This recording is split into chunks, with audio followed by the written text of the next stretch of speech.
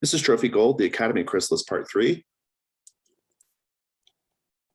Last time we saw the characters, you had managed to get through said Chrysalis. You used this magical detergent that was given to you by the Illithin, a specific Illithin called Tektite, in fact, a sort of mystic among their people. And this detergent allowed you to pass through the bubble that is around the Academy Chrysalis. But interestingly, it changed each of you in pretty profound ways, and we haven't really seen the fallout from that yet, but I think we're going to start to explore that as we continue. You are currently in a set called the Wellspring, and it has a set goal of, let's find it. The set goal is to visit the source of the Academy's magic.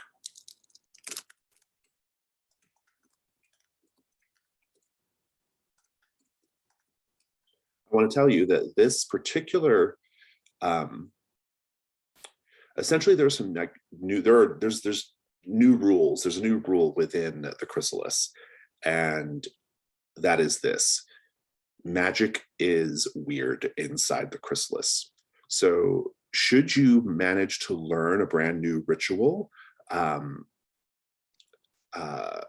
while you are in the inside the Chrysalis, it doesn't have any effect on your burdens like it would normally. So that's pretty cool. But also, whenever you cast a ritual inside the Chrysalis, you check to see how many ones you rolled, and the number of ones is how many other random rituals from your companions fire off at the same time, creating chaos. So be aware of that. Your characters, all being sort of like attuned to magic, will have a sort of like sense of this, right? You'll have a sense that magic feels different here, that the energy feels different. Let's do a little bit of character recapping, because we're starting to reach that very important point where you might have to start being careful about managing your ruin, managing your burdens, and that kind of thing, right? So let's talk about that. Arnell currently has 4 burdens, 1 gold in cash, but presumably some found treasures, and 1 hunt roll token and 2 ruin. Still in good shape as far as ruin goes. You can probably afford to push it a little bit. Lysander has 4 burdens, 2 tokens, and 2 ruin. No cash gold, though some found equipment. And you all have sort of, well, actually, I don't think you have to do that either. You all have knowledge, though. You do have some knowledge you can cash in. I have that. I have that one invisible fang. Okay, it's not written down, so you don't have to write it down. The kiln currently has 4 burdens, 0 gold, 2 tokens, and 3 ruin. So kiln is starting to push towards the danger zone, but not quite. Horagest, 5 burdens, 1 gold, 1 token, and 3 ruin. And Horagest also has some conditions: Garlem's Curse and a possessed gold coin, which would be interesting to see come back into play. I'll remind you that you can always spend a hunt roll token to find a treasure, which can help towards your burdens, or you can combine your hunt roll tokens to spend 3 in order to automatically achieve the set goal. So, with all that said, is there anything that anybody wants to be reminded of or needs to be reminded of before we go? Okay, then in that case, let's talk about this wellspring. So, as I described last time, the main structure of the school appears to be atop this quite steep and tricky to climb, sort of like rocky, formation. However, you do know that the school was built atop the wellspring. That's something you've learned already. And you can see the water flowing out of a tunnel built into that rock formation. And so presumably, if you follow it upriver, you should get to the wellspring, to the source of the water, right? Which should theoretically give you access to the school. That's what's been sort of like heavily implied. And so you can certainly try to climb the structure. I'm not going to stop you from doing that, but probably the easier thing is going to be to go in the tunnel and follow the river upstream. But in any case, some other things I described. We had a couple of like little fun moments. I think in particular there was a, well, maybe not. I don't think I actually did any of these moments. So what are we going to do?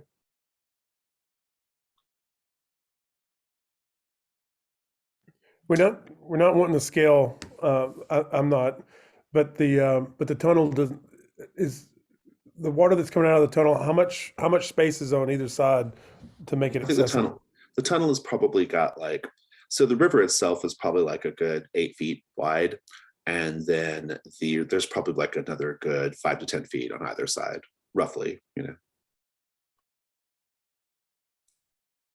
It seems and almost and too about easy. 15 feet overhead.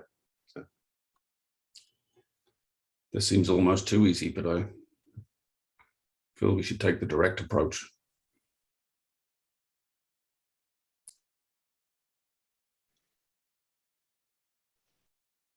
I think our guest is in awe of the big, beautiful rock that they've discovered, and looking at it, up at it, and being very impressed.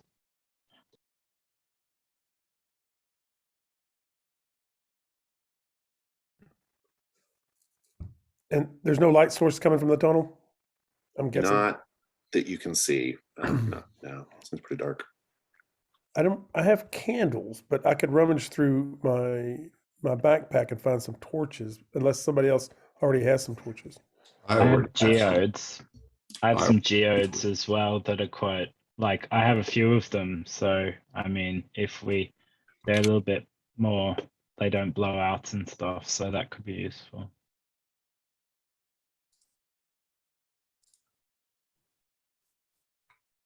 Okay. So Kiln, did you say you have torches as well?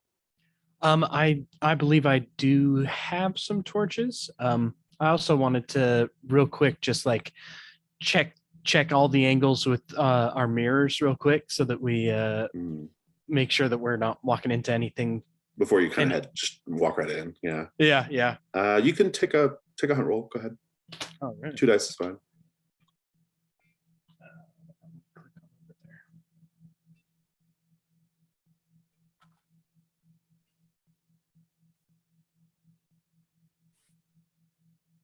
Okay, sorry.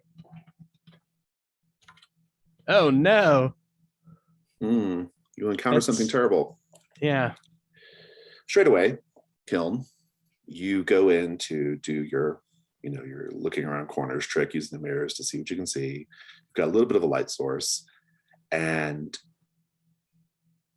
you will notice scuttling up right, like very close to you, is a large shrimp.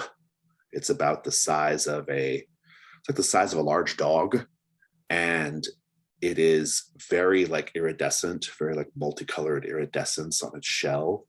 And it has one front claw that is very, very big. It snaps that claw very, very fast, which sends a rolling, a sort of like, you can actually see it. It's like a little rolling bubble of like kinetic energy that just explodes and blows up the earth right in front of you. Just bah! And you're combating that shrimp right now, who's joining Kiln. I think our guest isn't going to let no shrimp tell him what to do, so he'll join in. I do not speak the language of the shrimp, so we'll have to resort to violence. Yeah, there's no bargaining with these shrimp. So everybody who's joining the combat, just say how you're vulnerable and roll weak point. Arnau is vulnerable because he's lost the use of his usual weapon and is reliant on a dagger that he was able to find. I think he's going to have to get much closer to this thing than he would maybe be comfortable with. Yeah. Okay, sounds good. So you've got. Lysander is weak in that he's trained more in fighting one-on-one with humanoids and not these incoming bubble bombs. So he's proceeding maybe a little too cautiously. I think Horrorghast is being has become overly keen on using this crystal sword and has justified to himself that it's the only way to cut through the armor, but once again still has absolutely no idea how to use it. Very good. And I'd say that Kiln is probably most vulnerable because she's been really surprised, and two, she is a close quarters combat person, and these kind of bombs or these kinds of explosions are not something I can generally parry or anything. Yeah, absolutely. The thing is only an endurance 6, so it should be pretty easy to dispatch. I would just give you the automatic kill if not for the fact that it's kind of attacking at range right now. So what are our weak points right now? Looks like we've got 3, 1, 5, and 3. 3 is the bad one, looks like. Let's have a combat 4. Kiln, you can take the honors.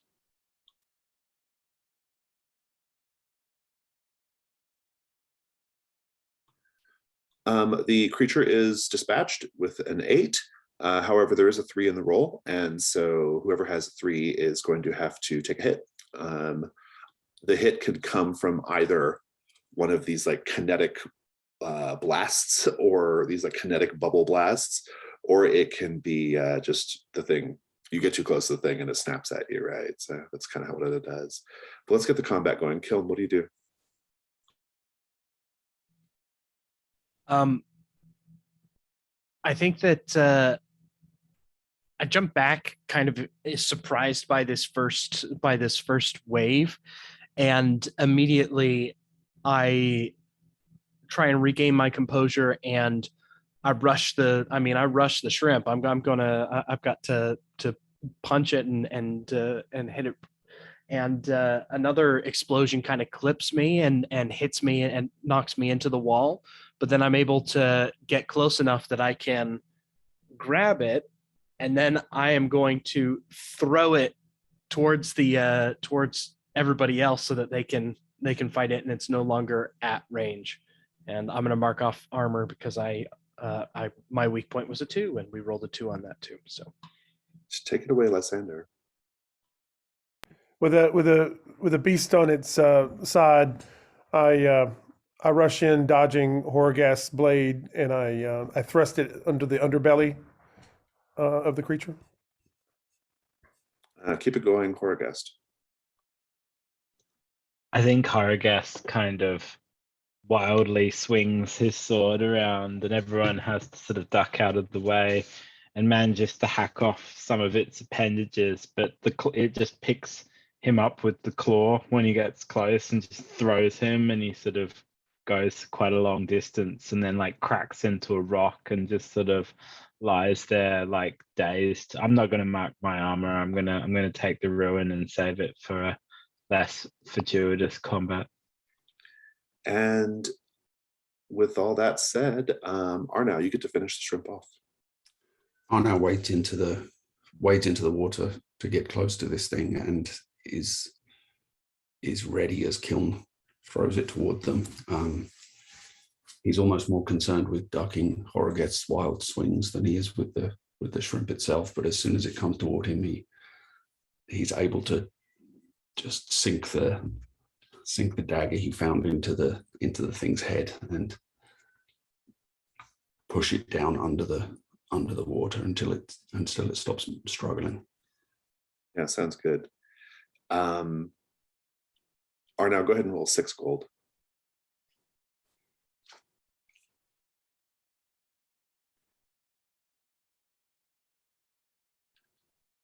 Not bad. You got 1 gold worth of scavenging on this creature.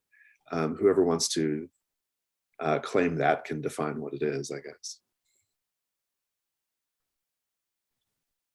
I think we have to keep the massive claw. It's got to be the claw, right?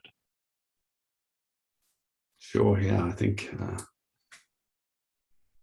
that's maybe as Arno stabs this thing in the head and pushes it under the water. That's the only thing protruding above the surface. And as he lets go of it, he grabs the claw and hacks it free of the body. And yeah, if nobody objects, I will take that. I think we all notice, and I don't know if we talked about this when we use the detergent, but we all notice that you're not using your normal weapon, your pick. You're using this rusty dagger. And so Lysander asked, what happened? Why are you using this implement? Why not use your war pick? In close quarters like this, a small weapon can be best. A lie to start. Yeah, Arno is trying to understand what this means and is not going to share any information at this stage. He doesn't understand it. Put the claw on your treasure and your found equipment. It's worth 1 gold. What do we want to call this creature? You get to name it for future treasure hunters. The Clawserer. No, sorry. Bubble shrimp. Shrimp. That's. You said it was iridescent? It is iridescent. Yeah. Yeah, there's a type of shrimp in the ocean called a snapping shrimp that makes really loud sounds with its claw. But I don't know about. They're the mantis shrimps, I think. Mantis shrimps have like the iridescent things, and they create cavitation bubbles and stuff too. So Yeah, that's what this thing does. So Yeah. What color was it? You said it was all it's like multicolored. iridescent. Yeah, multicolored iridescent.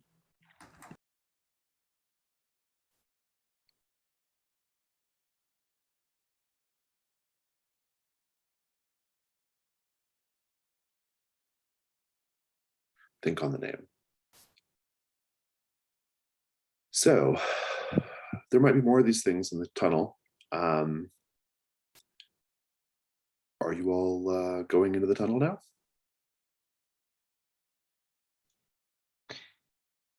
I think for a little while, Horrorguest is basically unconscious, and it takes a while for him to come to. We need to check on Horgas. Lysander goes to Horgas. What's up? What's old fella? What's happening? You okay?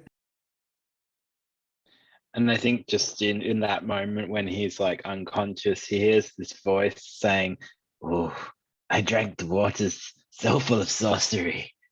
Take me to the source and dip me in the water. My gold will drink it up, and I will become so powerful." And then he wakes up and he's like, What is it? What? Where's that shrimp?" The shrimp is dead. "Good. Is there any good eating on it? I'm getting hungry." I don't know if it's safe to eat anything in this inside the Chrysalis, but what do we know about why did it attack you, Kim? What set it off so we can avoid setting off others if there's more?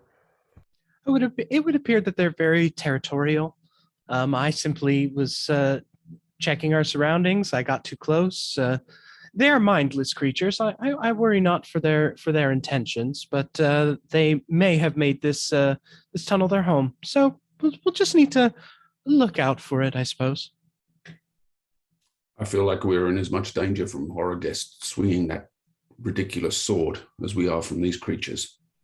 Perhaps caution would be our best approach here. "I may be willing to accept that I am not competent to operate this sword." And he puts it on his back and pulls out his staff and says, "Does this make you feel more comfortable hobbling my ambition like this?"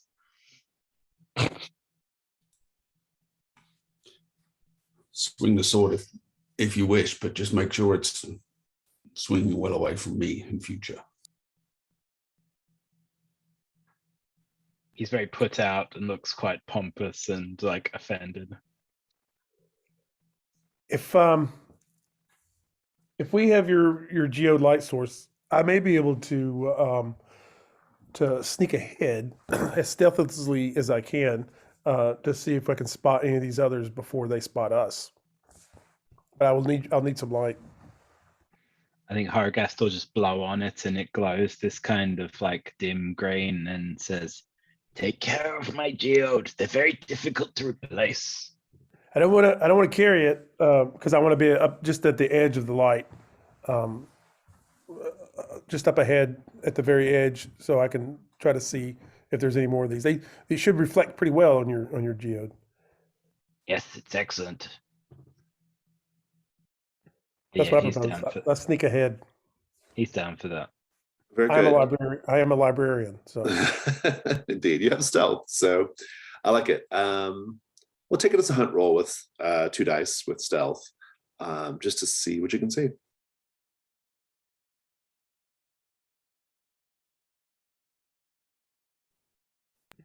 two twos.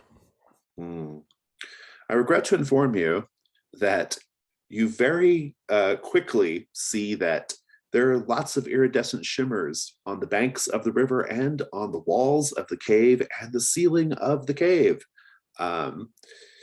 You probably make out, I don't know, about 5, 10, 15 just within the first couple hundred yards. So have fun with that.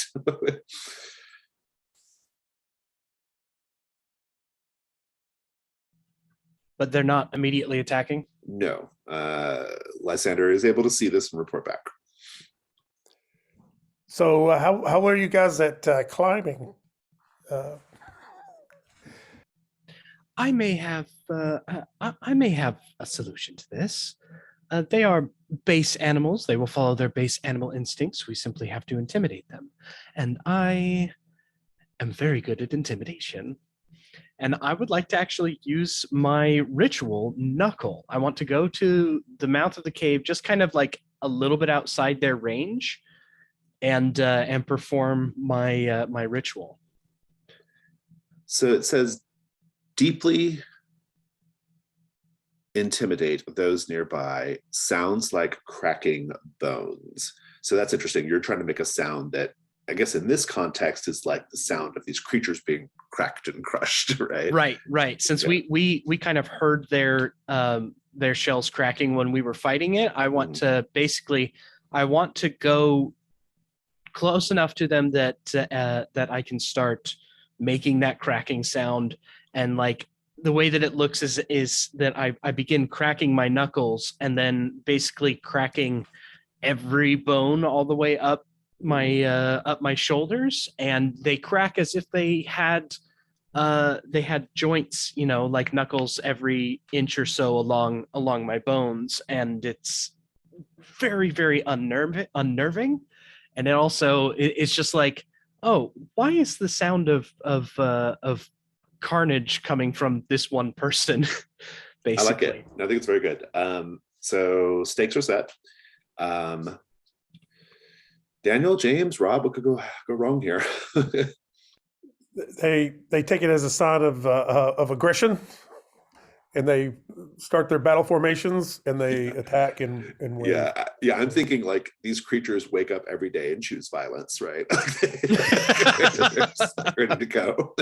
I think they're the small ones, and there's actually a big one that's their parent that is like as big as the truck kind of thing. That's pretty good. Yeah, the queen.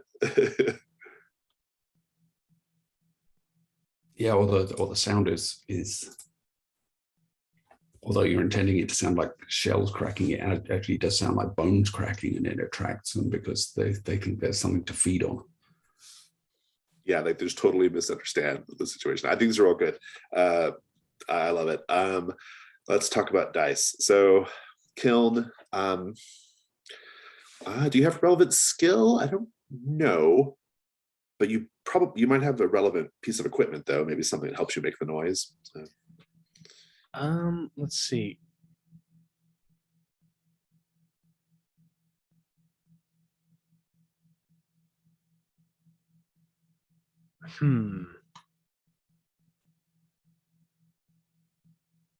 Oh yeah, so I've got that chunk of quartz I don't know. Is there a way that I can kind of, while I'm performing the ritual, kind of tap into the harder, metallicer sound of Yeah, it? it was like a broken piece of quartz, right? Maybe it's Yeah, some yeah. sort of a material component here for the ritual. I like that a lot. So you've got one die.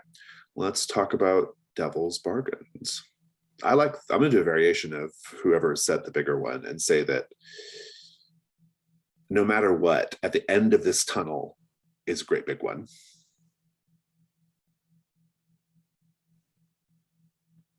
I think mine is that no matter what, because of the weird situation inside the bubble, the thorn inside the quartz feeds off your magic and starts like getting bigger.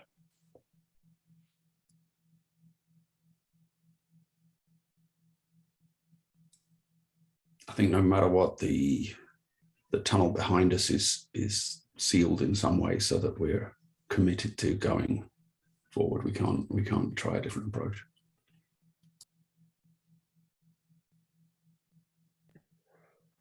I'm going to say no matter what, at least some attack. Like they don't all fall for it. You have to combat some particularly hardy and brave ones. Yeah, that's good. All right, well, so not all fun options, Kiln. What do you think? Yeah, I'm gonna take the thorn. I think the thorn continuing to feed off the magic is cool. Very good, very good. Which what thorn is this? Oh, this is the thorn. The thorn that the is stuck cracked inside quartz. the quartz. Yeah. That's good. I like it. That'll be fun to play with. Okay, so let's talk about dice. You've got 2 light, 1 dark. Go ahead, pull. So let's see. That's slash risk 2-1. Correct. Okay, perfect.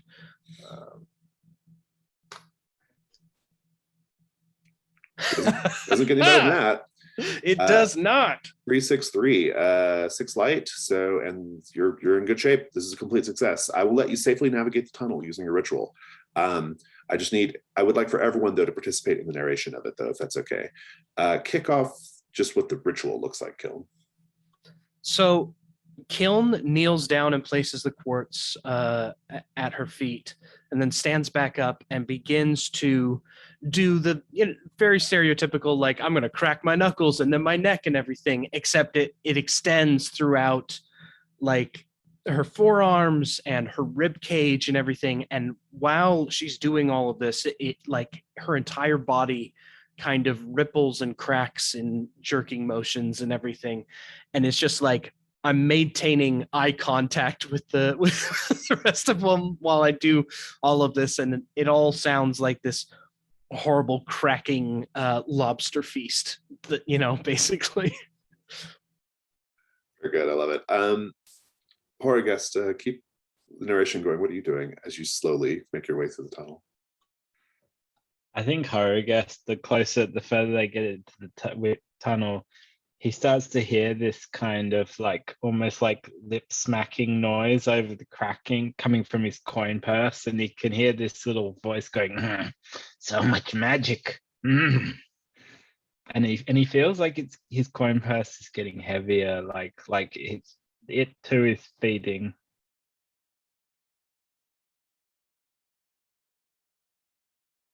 Keep it going, Lysander. As we proceed, these shrimp are recoiling back in horror, but a few are hardy, and they push forward, and so Lysander snaps as many of his fingers as he can to try to shoot them back into the water. And Arno? Yeah, Arno was bringing up the rear of the group and just trying to stay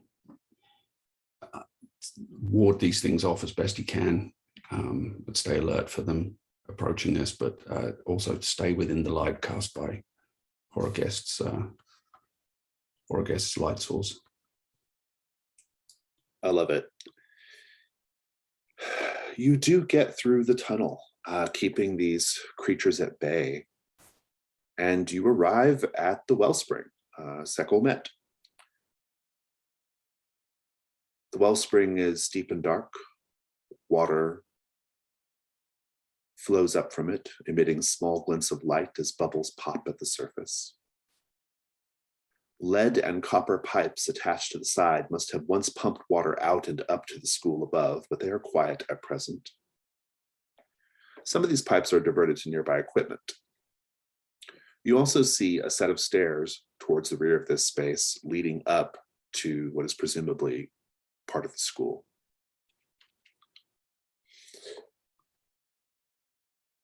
Now, I will tell you that you are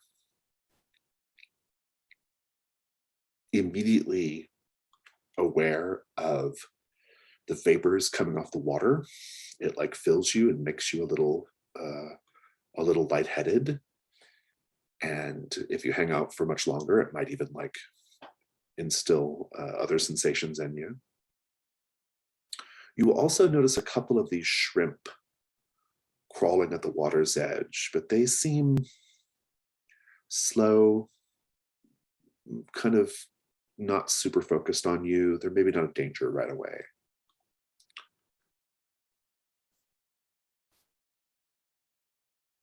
I will also tell you that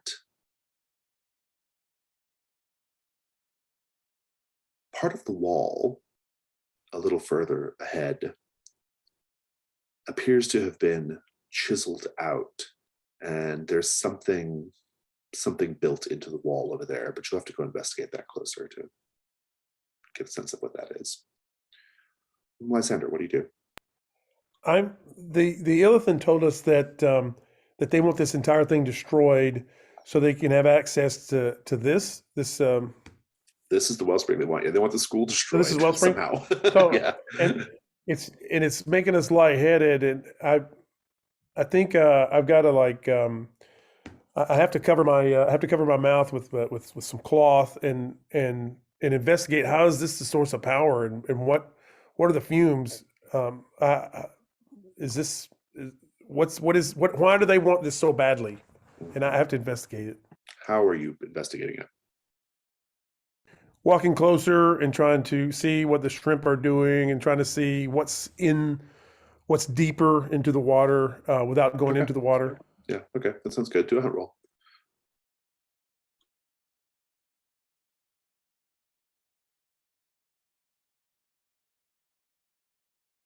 Is that a hunt 1 or hunt 2? What is that? It's a 2 if you can work in a skill or a piece of equipment. It's always just a 1 otherwise. Other than appraisal, which I don't, I wish appraisal was more like assessment, Yes, but it's more like it's value. it's So maybe specifically about I'll go value. with the value. Is there some apparatus under the water? So I'm gonna try value to down there. Yeah, that's interesting. That's a good way of framing it. Go ahead and take 2 dice. That's fine. 4. You get a token. Go ahead and note that, and you'll encounter something terrible, which we'll talk about in a bit. But I will tell you that at the bottom of the actual like little like pool of water itself is large crystalline growths down at the bottom. If you could crack off some of those crystals, they're almost certainly worth something to the right buyer. And they seem to be the source of the power as well. Oh, you're muted, Lysander. I had my thing over my head. So I tell Horgas there's some kind of like crystals that are powering this, but the fumes are pretty bad. Let me talk to the ground. I think something amazing was once here before wizards came and modified and parasitized this place with their hideous syringes. This place is an abomination. And he looks around at the pipes with disgust. The terrible thing, Lysander, is the 2 sort of like slightly dazed, lazy shrimp have like perked up and noticed you now. Though they're still not making any aggressive moves, but they're clearly watching. Gently dipping their big claw into the water, like lazily. So, Horgus, what are you going to do? I think, because the other thing have said that this was a sacred place for them long before the academy. Horogest is going to put aside the blandishments of this coin that he seems to have picked up and instead focus on like what's underneath all of this apparatus, like what kind of a place is this, and how does that fit into what we promised that we would do, that we'd destroy this place? Interesting. You could take a hunt roll. I think I've got construction and I sort like of that, yeah. rituals, so I think Construction's I can perfect. Yeah. make a case for that. I got a 4. The method of destroying the school from here is not obvious. You probably have to go to the school to sort that out. In fact, there's really the main thing that the academy did to tamper with the wellspring is that they have pipes coming out of the water, right, that feed up into the school. And also, you'll notice some pipes going into this little carved alcove a little further away, which you still need to investigate more closely. There's something terrible is that the 2 lazy shrimp are now standing and beginning to carefully circle the pool, keeping an eye on you all. Arnell, what are you doing?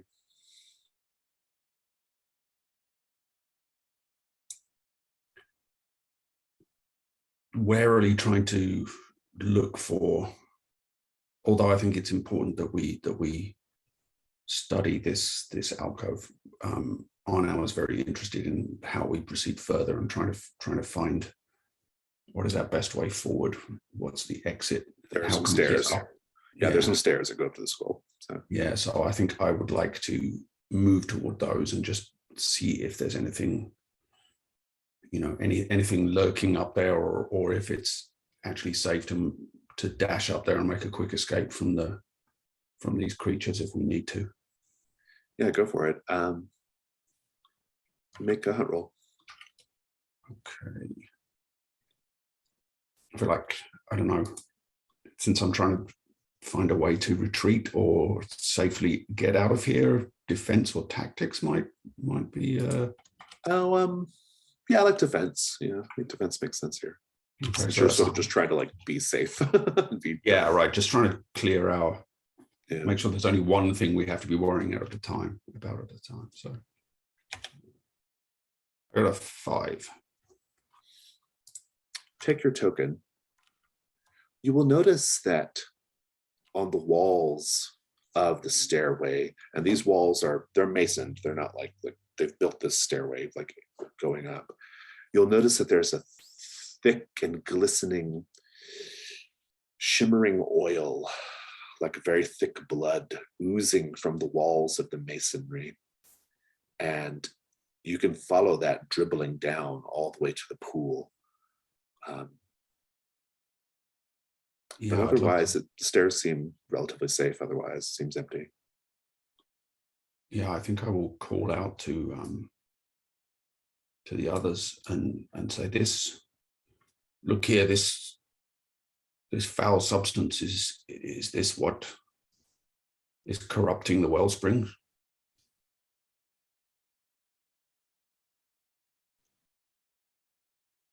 This place is like a wound. All of these passages and pipes, it's seeping pus. That's what it is. It's an infection. There's no evidence to actually support that, though. Like we don't know that. We don't know if it's an interaction with the wellspring. We don't know if it's an interaction with just a fault in the equipment. We don't know. Like we don't actually know.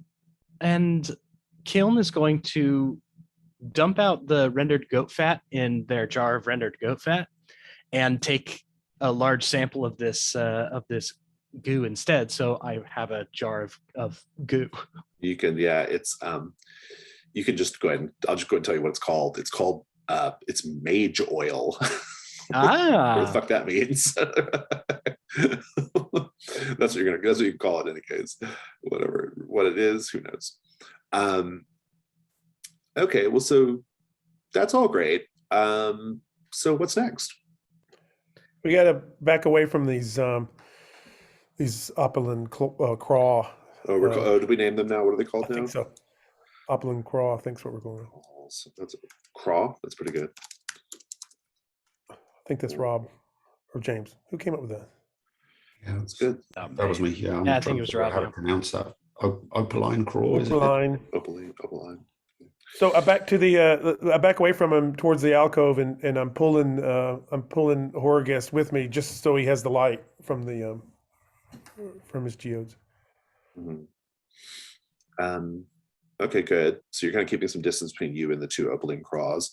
That sounds great to me. Kiln, what are you doing after you collect some of this mage oil? So once I've got the mage oil, I'm having to keep myself from just like gently tasting a teensy tiny bit, just because I now have a very inquisitive mind as a scholar. So I remember the mannequins mentioned that in legend, the source of the wellspring actually springs forth from the Fey realm that that kind of gave birth to all of them. And if that's true, then those crystals down there at the bottom, I don't know. I guess I want to investigate whether or not that's true, whether or not this wellspring seems to have a portal to some other dimension or something like that. But I think that means I probably have to get closer to the pool. Yeah, you may have to go in the water. Probably. I mean, everything you can learn from just sitting and looking over the edge, I've told you. So Yeah. So yeah, I am going to I'm going to go in the water, and I make sure, like I whisper my plan to, I guess Horagest and Lysander are over at the alcove. I'm gonna tell Arnau just to watch my back, and that I am going down there to figure this out. And yeah, that's what I'm gonna do.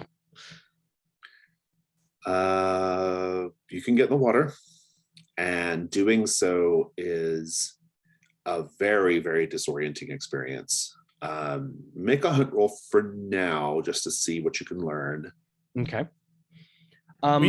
We have to shout before he goes, beware the fumes and beware the craw. Yeah, of course. I'm not going to breathe the fumes while I'm underwater, Lysander. You don't breathe underwater. Did no one tell you, Lysander, that you don't breathe underwater? I've heard, but watch out for those creatures. Kiln's attitude, by the way, like now that I am no longer earnest, I am ambitious. Kiln has got a little bit of an attitude. So, all right. So let's see. Yeah, and that ambition is kind of why I am diving into this, like why I'm trying to do that. Can I have a hunt 2 instead of just 1? I love that. Go for it. All right, there we go.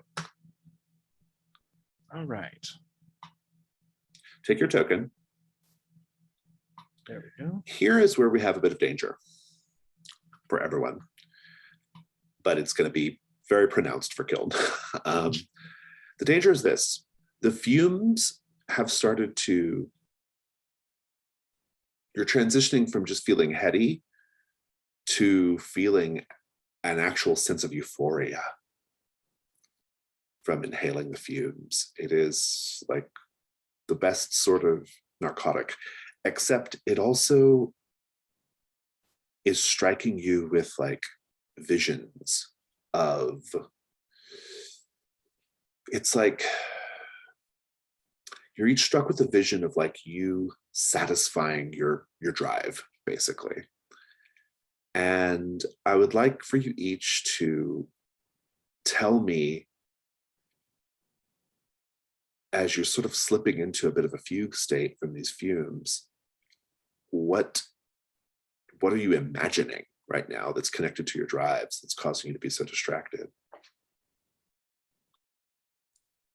And Kiln, you're going last because you actually are going, it's so bad being submerged in the water that you might drown. So. Okay. Arnau is picturing finding the resting ground of the morning night, which I think is in his mind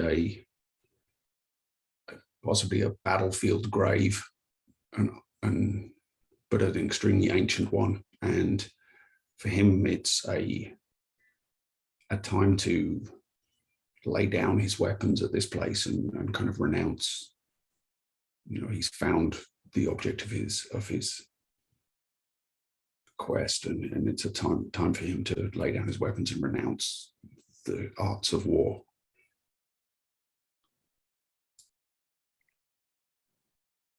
Who'd like to go next? I think actually for Horrorguest, the coin decides to kind of put a spin on his, and he sees a vision of him making a bargain with the coin and having his curse washed away from him in the pool, and then him throwing the coin into the pool and it drifting down amongst the crystals.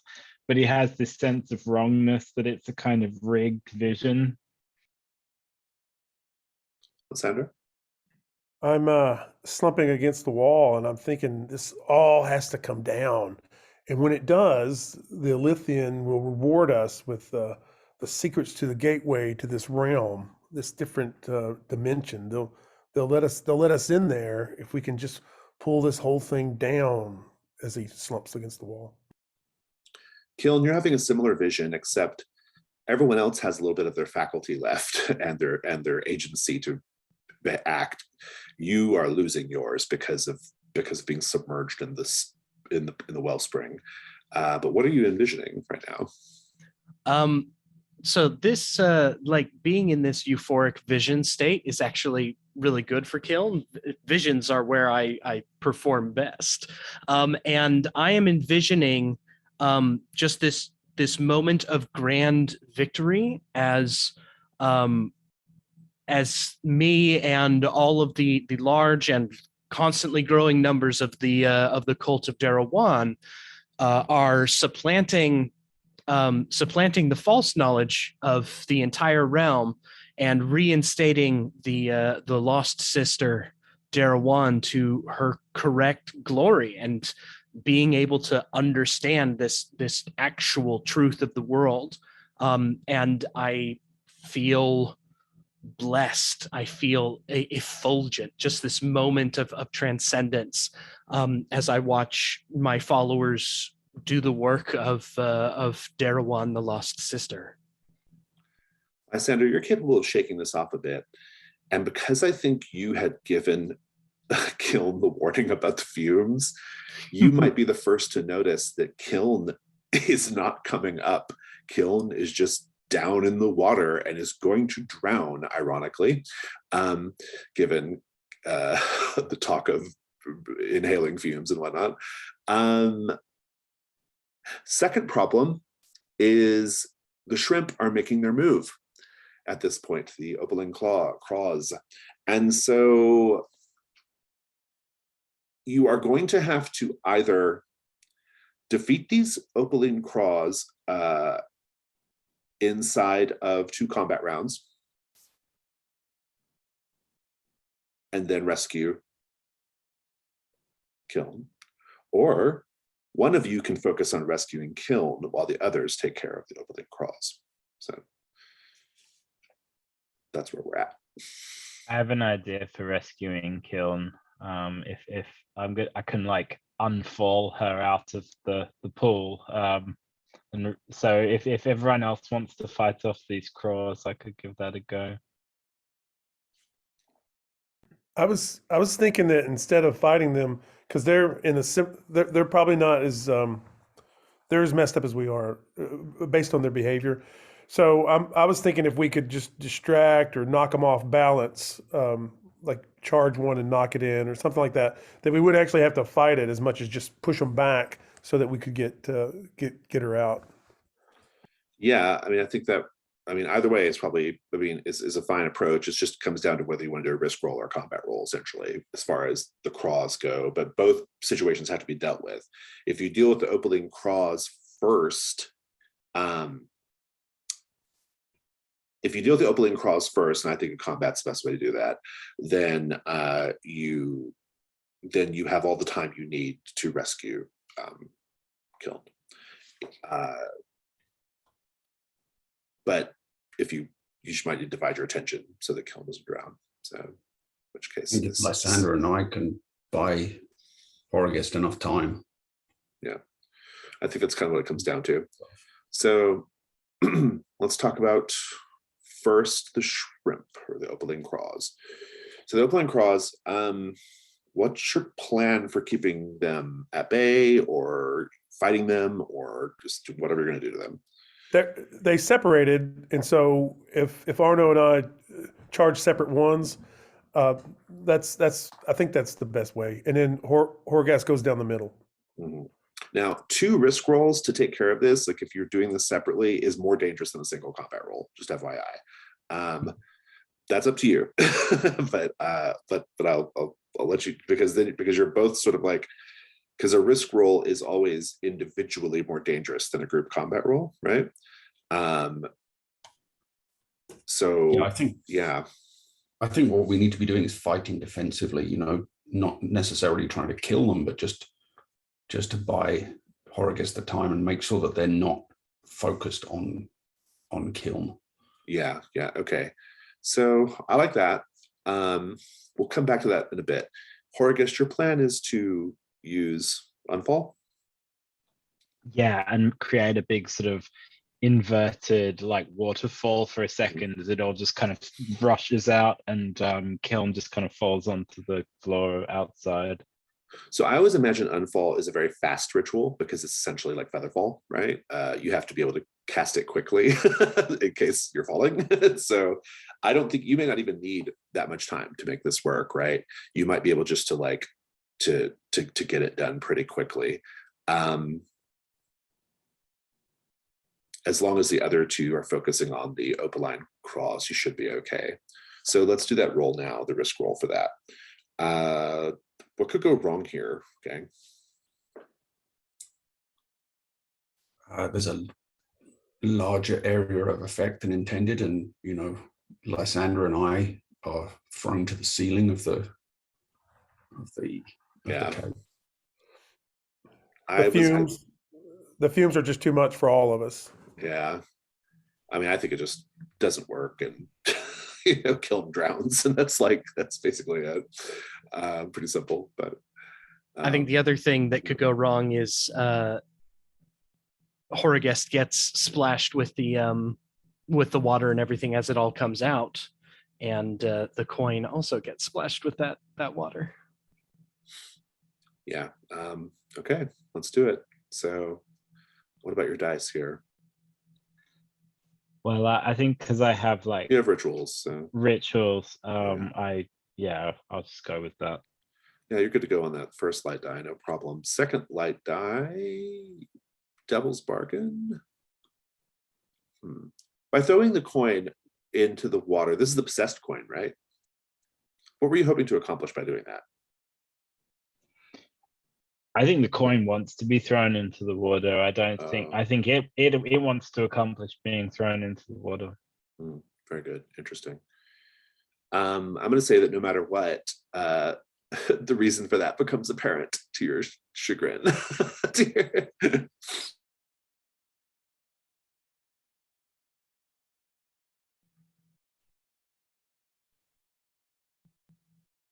No, I had an idea and then it disappeared. Never mind. I would say no matter what, unless we're going to fight the crabs in a minute, they get a hit in, or the crawl get a hit in.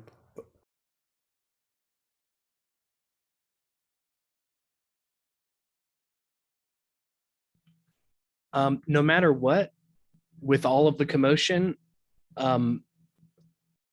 a surprising amount of mage oil from the walls is able to seep into the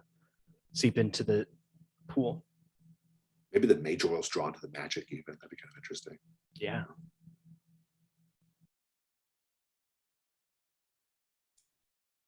I think I like the idea of the oil being. Sorry, was there one more I missed? Sorry. No, I'm kind of struggling to come up with anything. Go ahead.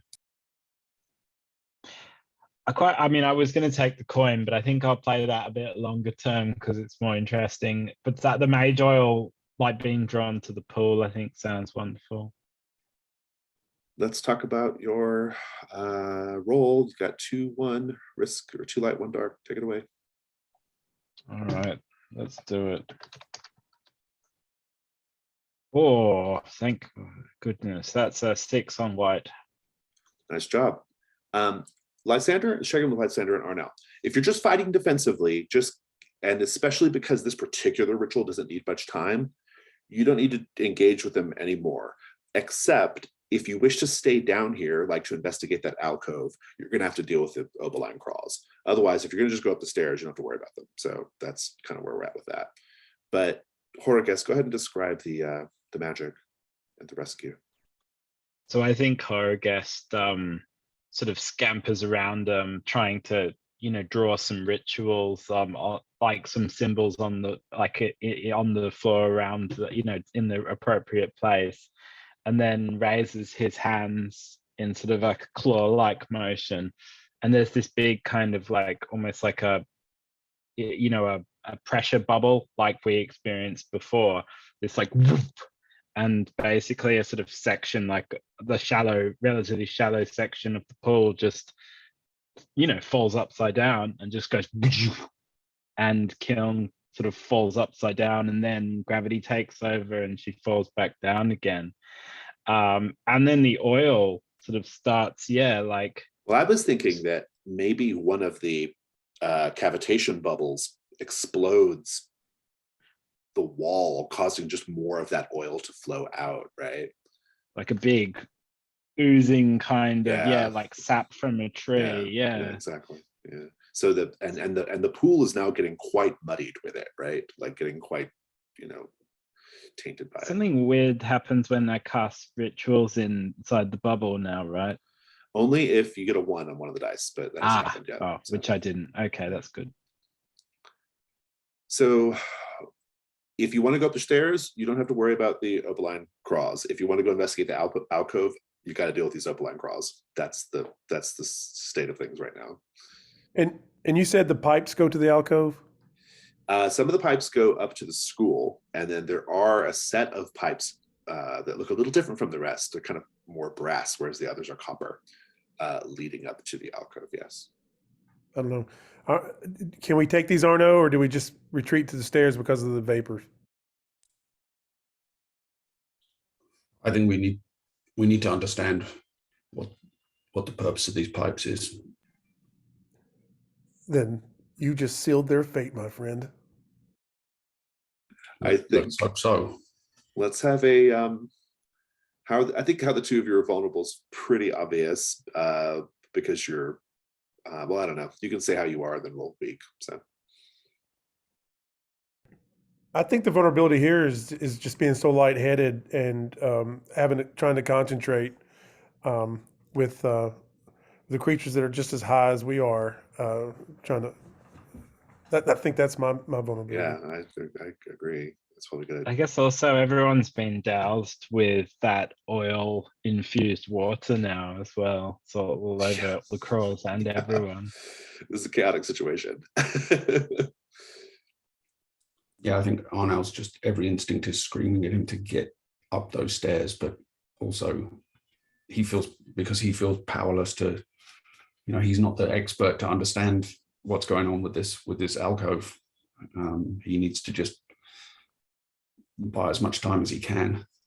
So I think the combat's just Arnell and Lysander to start, but the others can join a bit. Let's get weak rolls. So looks like Arnell's got a 5, another 5 for Lysander. This is going to be an endurance 8 because there are 2 of them. Lysander, take it away. Combat 2.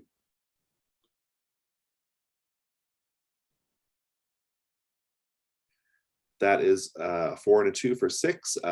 No weak point was hit, luckily, but you also did not defeat the creatures. So, Lysander, give us a bit of the combat, keeping them at, sort of at a standstill at this point. So we were defensive, and so with me, I have the saber, and I'm just cutting at maybe their antennae and trying to keep their claws at bay so they can't zap us with the bubbles. I've got probably Horgas behind me as I'm on one side, and I can hear Arno behind me with the other, and I'm just like kind of hitting for like antennae and things like that to try to ward them off. Yeah. Keep the combat going on now. What does it look like? Yeah, I think Arno just takes a few probing stabs with his dagger, but doesn't manage to connect at all. But it's enough to just keep the craw circling and prevent it getting closer to Horagest and kill. So at this point, Kiln is rescued. Kiln, I think you're probably still a little too dazed to join the combat. Or I guess you can join the combat now if you wish. Can I actually do some stuff, or can we have a scene like while I'm down there? Because I want to spend some hunt tokens to pull some treasures out with me. We could do it. We could do it like in flashback. Yeah. It's fun. So Horagest, are you going to join? Or are you going to? I think Horagest was going to have to drag Kiln back towards the stairs, or maybe towards the alcoves, out of the way. So it's going to occupy him while the coin says, "No, drop me in." Good. So is that how you're vulnerable, or is you just not, or is that just you? All right, no, I'll add a dice and I'll say that's how I'm vulnerable, and I can't Okay. really escape from being. If I'm protecting Kiln, I'm exposing myself to combat danger. I think that's right. Yeah. Well, weak.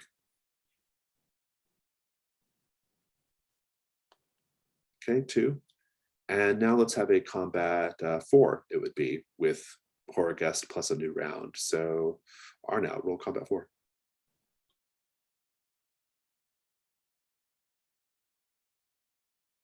That does it. It's a 10. A cataclysmic result for Arnow and Lysander. I hope you have armor, but you could take some hits too, so it's not the end of the world. But for a bit, the Opaline Craws are getting the better of you, but they are going to go down. Kick it off, Lysander. I'm slashing, trying to keep the claw back. The claw keeps winding up to release the impact bubbles, and it right as I'm able to cut off two of its antennae, hopefully blinding it, it hits me in the chest with one of the impact bubbles, and it blasts my my armor and me across the room. All right. So is that your last piece of armor? Yep. Right. And Arnow, keep it going. Yeah, I think the craw are more coordinated than we'd anticipated. Perhaps they're a little more intelligent or cooperative than we thought, and they kind of time their attacks with these bubbles of energy to hit us in unison. And Arnow was distracted by the noise behind him of Lysander tackling the creature that's attacking him, and is able to get out of the way of the blast that comes at him and stab the creature. But I think I'm also going to mark armor for this one rather than taking 2 ruin. And Horacus, you get to finish him off. So my question at the table rather than in character is, does this mage oil have like a prescribed effect if it were like, I don't know, ignited or something, like if something agitated it, or can we kind of You make can come up with something? that. Yeah, you can make up something. I think that basically Horagest looks around, like there's one of the craws like snapping at him and Kiln as he sort of protects Kiln's like prone body, and he sees that they're covered in this sheen of the mage oil, and he basically I have to add a tinderbox, but he realizes that he's going to see what happens and starts striking his tinderbox at them, and they go up in this like blaze of like green, like iridescent flame, and everyone manages to like throw themselves well clear as they kind of burn, but like essentially they have to like, it means that it's spreading now.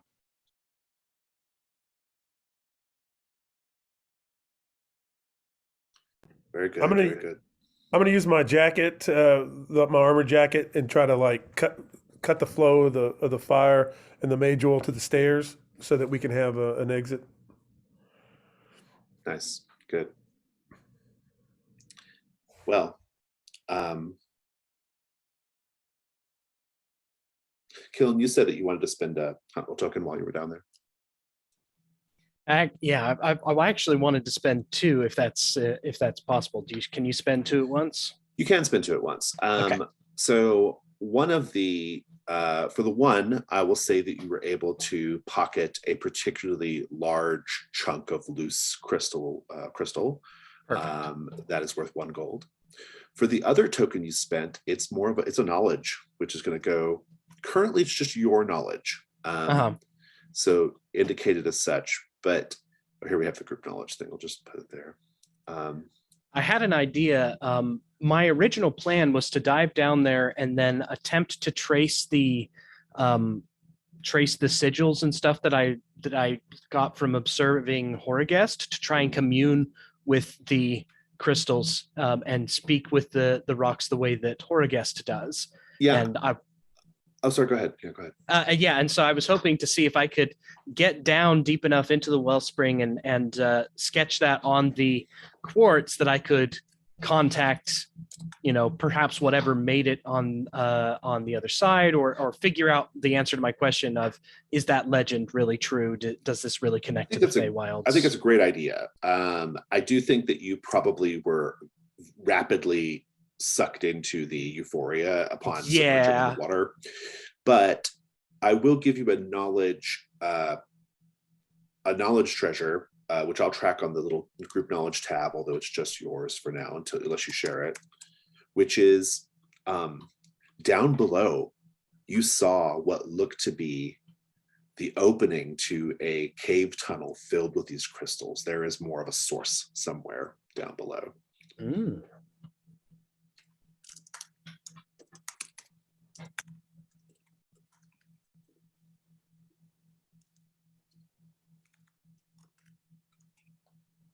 So that is your knowledge for now. It's worth 2 gold. And the chunk of the big chunk of crystal was worth how much? Gold. 1 gold. Okay. And that's just found equipment. So yeah. What was the other knowledge thing that I was going to track it on this little tab here that we had from the first session? I don't remember what that was. Pipes. We have from the station. We have the history of the folk in the water. Yeah, I've got that one already. There was one from the first session too that I think it was to one person. Yes, it was about the spittlebug eggs. Oh, yeah, the right. spittlebug eggs being a source of power and energy and everything. That was just yours, right, Killen? Correct. Okay. So Killen has 2 pieces of juicy knowledge to sell, and then there's that other piece that is 2 gold for everyone except for Lysander. It's 4. Because of appraisal.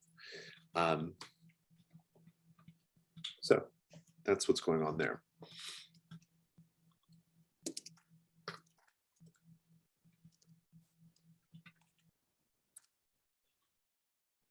We still have that alcove and we have the stairs.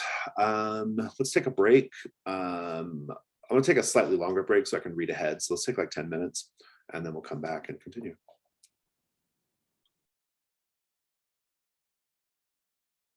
So just kind of picking up the pieces there from that last bit.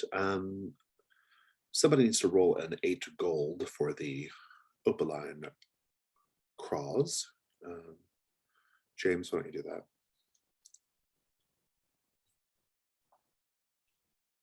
Okay, what was the number again, sorry? An 8 gold. 2 gold. Yeah, 2, not bad. So what are we taking from these creatures? You take a claw and something else. I think maybe one of them has some kind of weird like deposit on its shell that seems like it's kind of part of the crystals, like it's growing on it. Yeah, you could take that if you want. What about the other one? Somebody gonna take something different or another claw?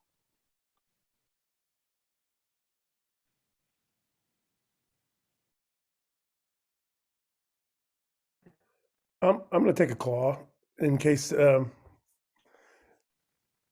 can use it as fashion it into some armor later on, Yeah, since we're maybe. getting low on armor. These are both worth 1 gold each. And yeah, let's continue. So going upstairs or checking out this alcove. Yeah, what are we doing? Now that And we've also the dealt with water's these- burning a little bit too, which is interesting. I'll definitely inspect the alcove with whoever wants to look at it as well. Am I conscious and Yeah, clear-headed enough? you're clear-headed enough. Yeah.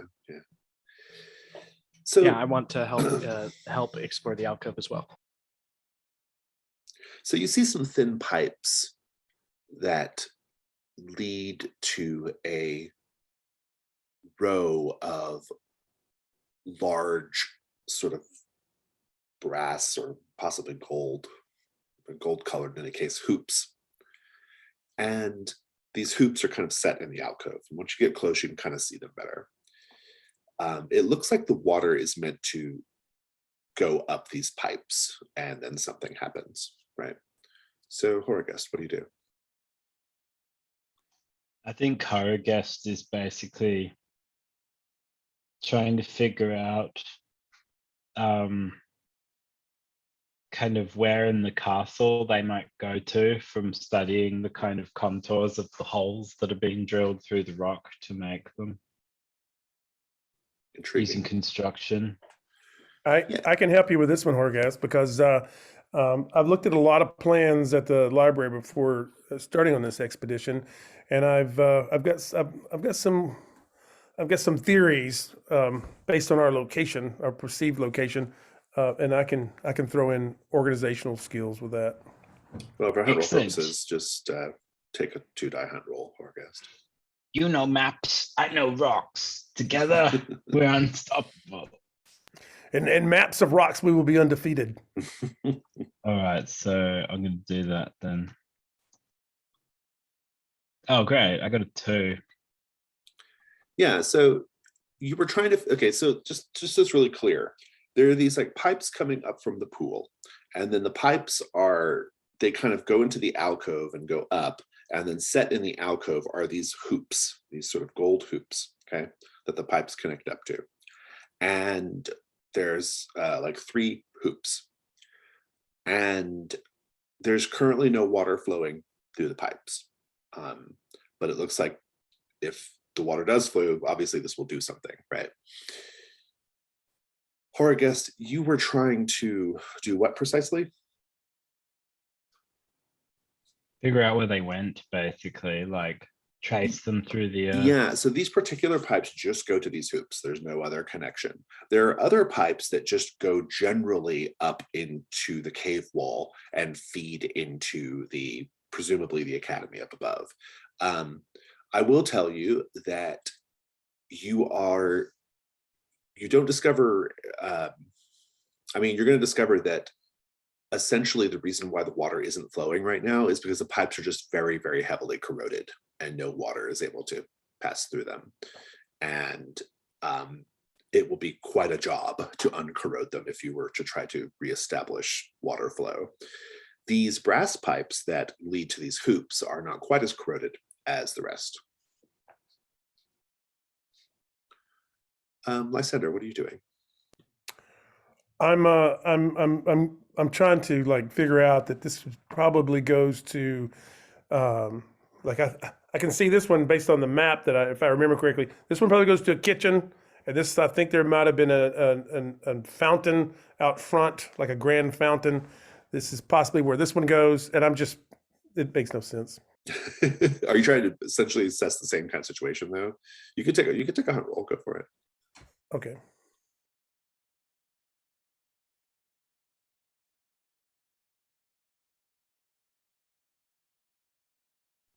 Take your token.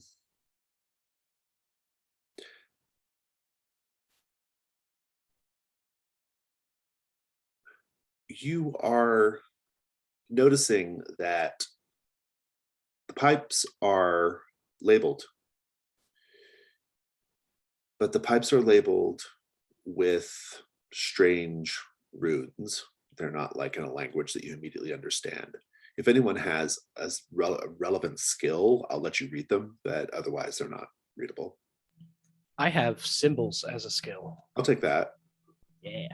You have a hard time making out what most of them are, but there is one, however, that reads quite simply, it's symbols for ritual sacrifice.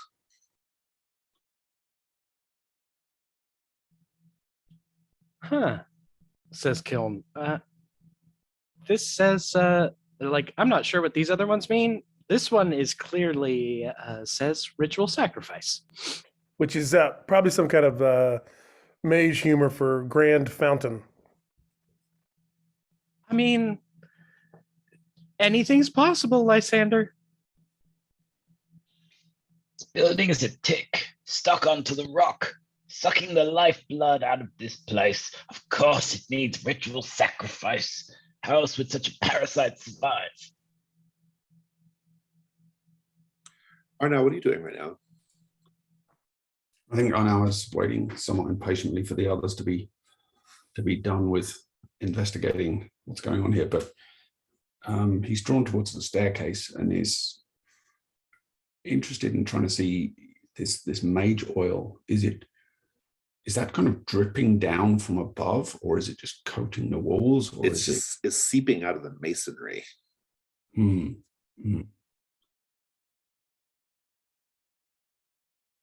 Yeah. Come on, you three. Can we be done with our investigation here and move on? Almost. And Kiln is going to take a quick sketch of the whole contraption and a couple quick rubbings of the rest of the runes so that I can study them and try and understand their purpose, because this seems important. Sure, you can be doing. Arno, we're past the Chrysalis. Like here, anything that we can encounter here is is ours as long as we can get out of here. So let's proceed. Let's proceed with caution. But let's proceed at least. Point taken. Haste makes waste, now. Well, so it sounds like you're going upstairs then. Yes.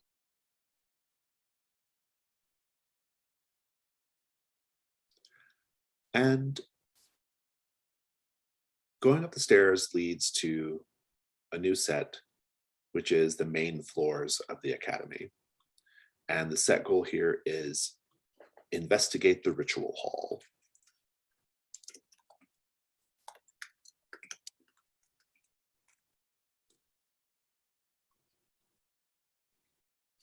The crumbling Caprigis Academy is a turmoil of stone and mortar, with partially collapsed chambers and cloisters ambling through stocky towers, like the tunnels of a half-trampled ant mound. It was in these main floors that scholars applied their insights to the experimental probing of reality. As you sort of come up the stairs into this quite grand space, actually, which goes off in all sorts of directions, your footsteps echo quietly as you walk through across these cold stone floors. They are punctuated by the occasional crash of falling stone that crumbles from the ceiling. The candelabras hold little more than stumps of wax. Charred butts of torches sit in rusting sconces. Cauldrons sit in evenly spaced rows, collecting dust. Within them, foam refracts wondrous visions atop viscous liquid, not unlike what you sort of experience down below.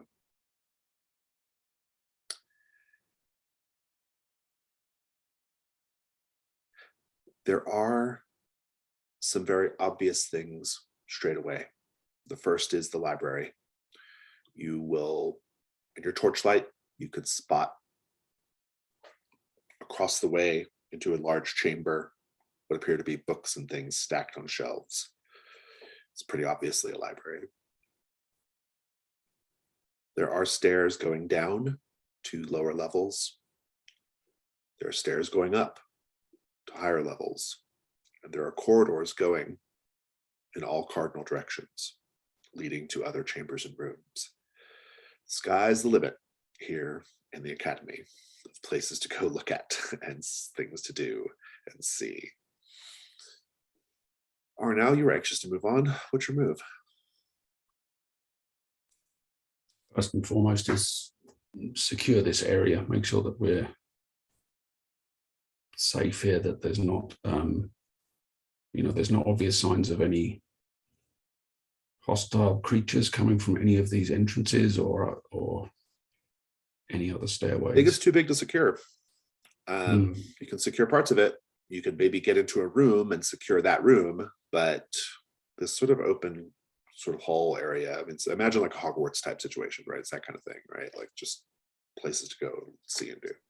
Okay, then Lots of it crumbling, lots of it falling apart. I think I'm just scanning for potential threats then in that case. Yeah, take a hunt roll.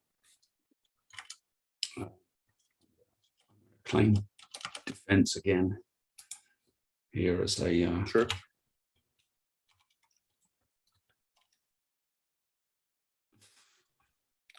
Two twos. Countering something terrible. We'll come back to that in a moment. Lysander, what are you doing? So our mission was we this is our objective. We're here at our objective now. Did we have a set time on how long we wanted to stay in here? Is this like a quick smash and grab, or should we be setting up like a base and then exploring at our leisure? Did we as a team come up with that? Don't think so. I think it was initially a smash and grab, but things have gotten more complicated.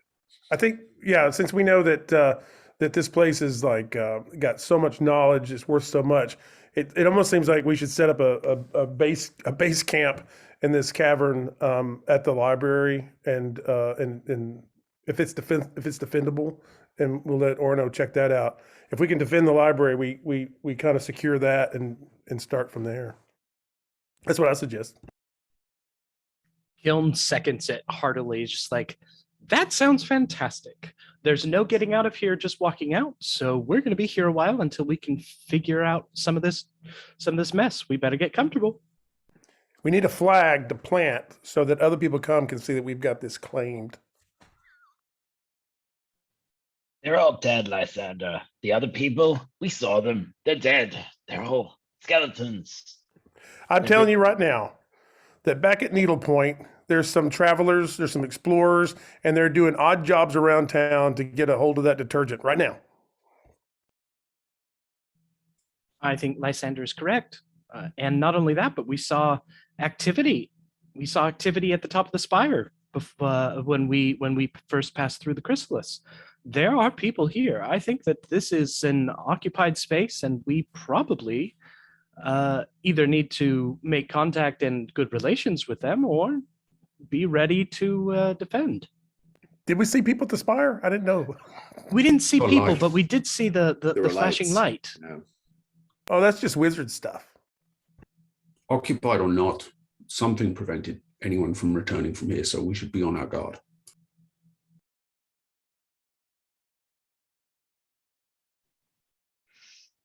I think Horrorguest is going to say, Obviously, this is an academy. That's a library. We're thieves. Let's go rob the library. but what he's actually thinking is that he wants to see what he can find geomantic scrolls on to investigate cures for his curse. And as he does that, the coin says, Yes, good, good. Feed me on knowledge. Feed me. So where are you headed, Horgast? straight to the library, and I'm gonna turn the place upside down. Yeah. And Kiln, what are you going to do?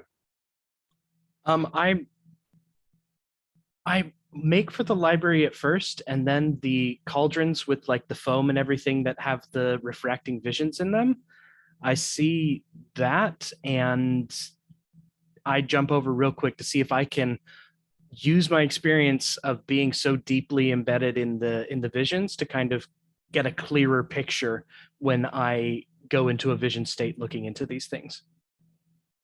And I want That's to interesting. find out. I want to find out, like, exactly where the specific knowledge I'm looking for of the Cult of Darawan, where it is, or where like the most valuable part of that is. Intriguing. Make a hunt roll. Let's see how that goes. And that's hunt 2 because I am good at visions. Good. I love it.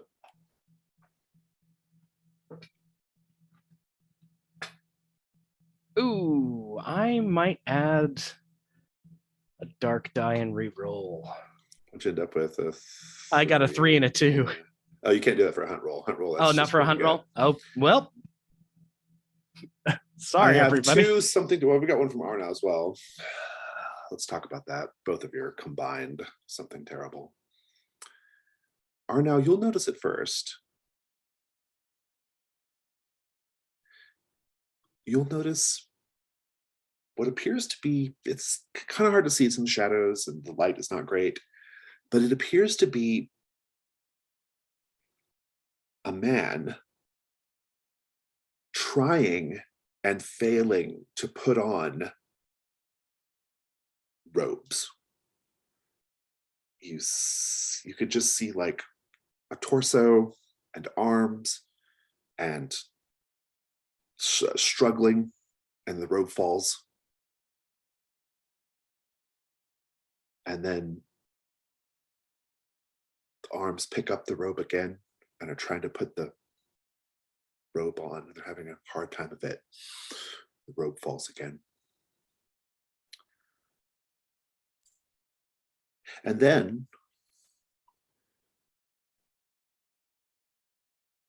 you get this thing's attention. And in the sort of ambient light of the space, Kiln and Arno, you will see what appears to be a man, the torso and head of a very, very beautiful man, very beautifully rendered. There are no arms, though, and you can realize pretty quickly that it's like a statue, like a bust. I'm curious what the two of you do.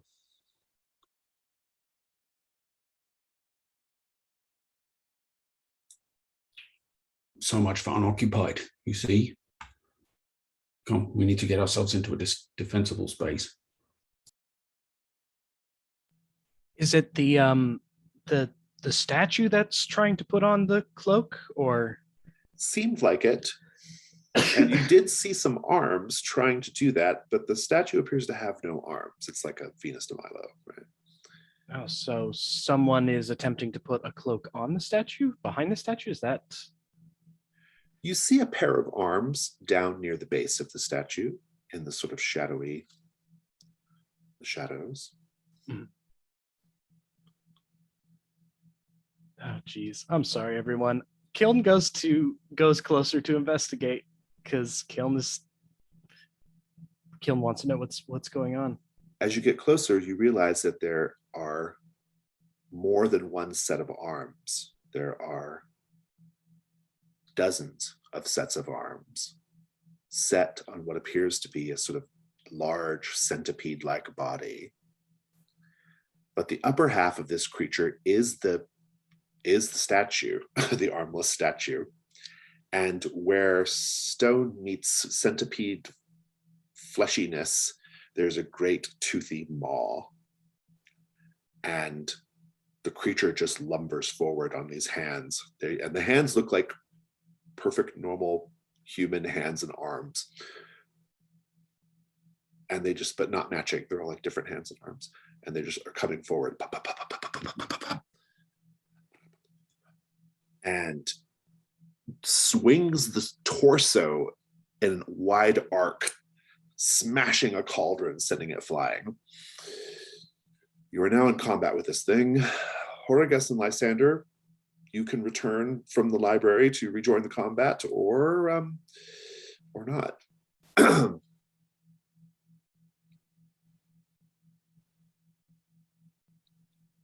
But whoever's doing I think Hargus might be too obsessed with looking in the library and might not hear the noise until it's a while.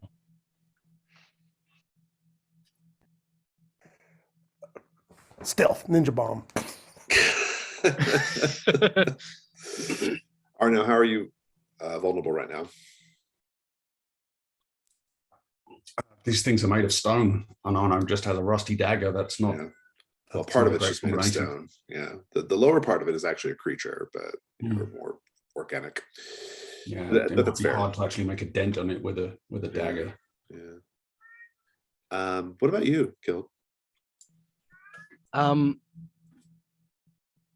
vulnerable because I am a lot closer to this thing, and I am committed to engaging with it.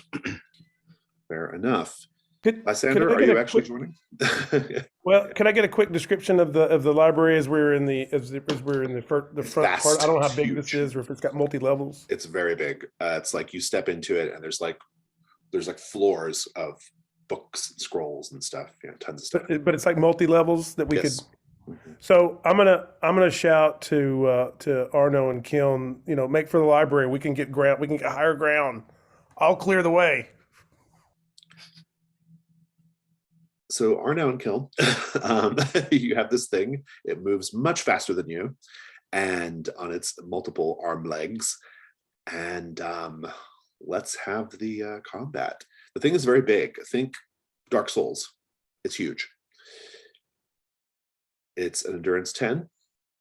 Let's have the combat. At least one round. You can always run after you've done this first round. What are the weak points right now, too? I've got a 4 for Kiln. What's yours, Arno?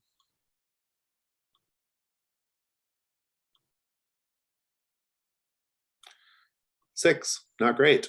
Yeah, that's a bad one. Combat 2. Kiln, take it away.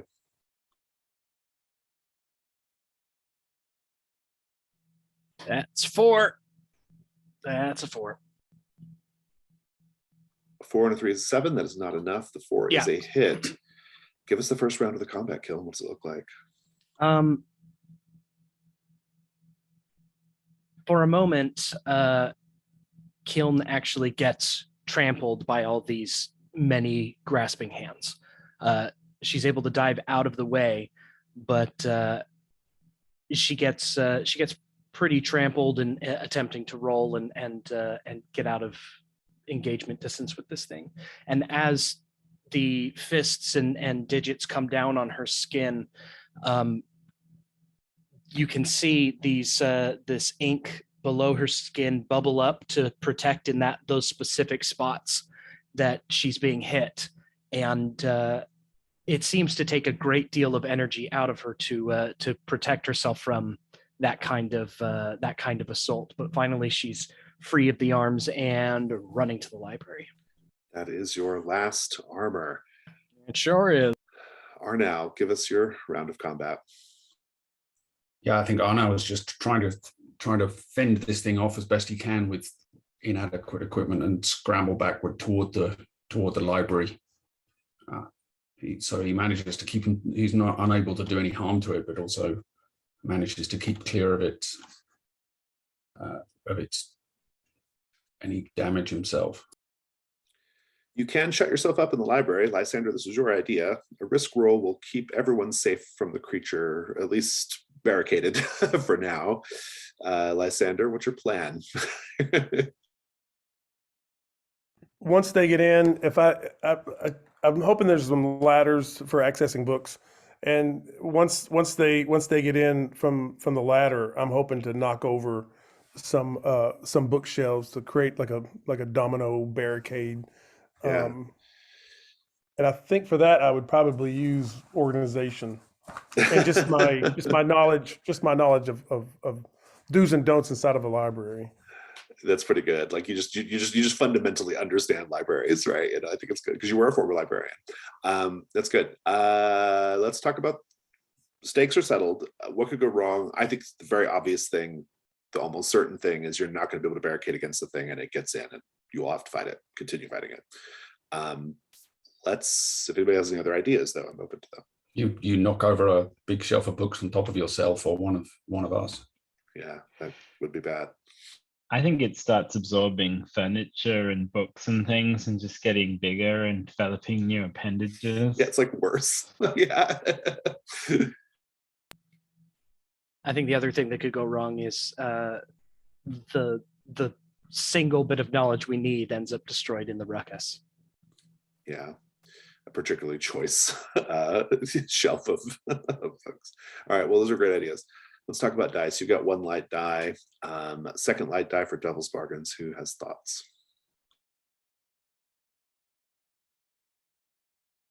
Could always use that last fail condition. You know, no matter what, something that we are looking for is destroyed in the chaos. Yeah, like something like related to one of your drives, I think, is probably like to make it real sharp here. I'm going to say no matter what, this creature, this thing has your number and it's stalking you the whole damn time you're in the academy. I'm I gonna think no matter- also sorry. because so go ahead, Horgast. No, you go. I was gonna say that since this is a library and I'm Well, a Lysander, you librarian, don't get to make an offer to yourself. no, I'm not going to. But what I'm gonna add is that I'm willing to add a dark colored dice and risk ruin. Oh, that's happening anyway. But I appreciate it. Mine is that the creature drinks Kiln's tattoo ink and gets a taste for the rest of Kiln's inks. Yeah, that's intriguing. Wow, I don't have a follow up to that. I was going to say I think that no matter what, something worse in the academy here is watching and noting down all of our weaknesses. Not a lot of great choices here. Which one do you want to go with? Or you can reject them all too. You don't. No, I'm going to go any of with them. no matter what this beast thing becomes our nemesis, Yeah, and yeah, like in Land of the Lost, it's the T-Rex. yeah. Or Nemesis in Resident Evil 3, right? Good. I love it. 2 light, 1 dark. Because this feels like just fundamentally dangerous. So.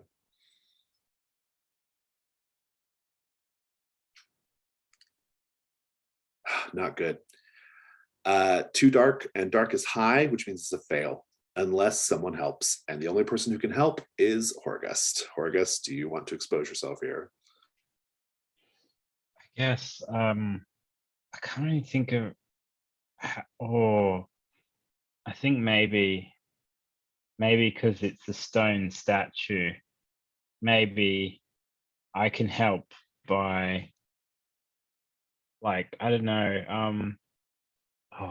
I'm just trying to think about it. I'm gonna try and basically distract it by throwing bits of like various discordant stones at it and try and confuse the stone part of it. How are you exposing yourself to danger? I have to come to the door to do it, and basically, yeah.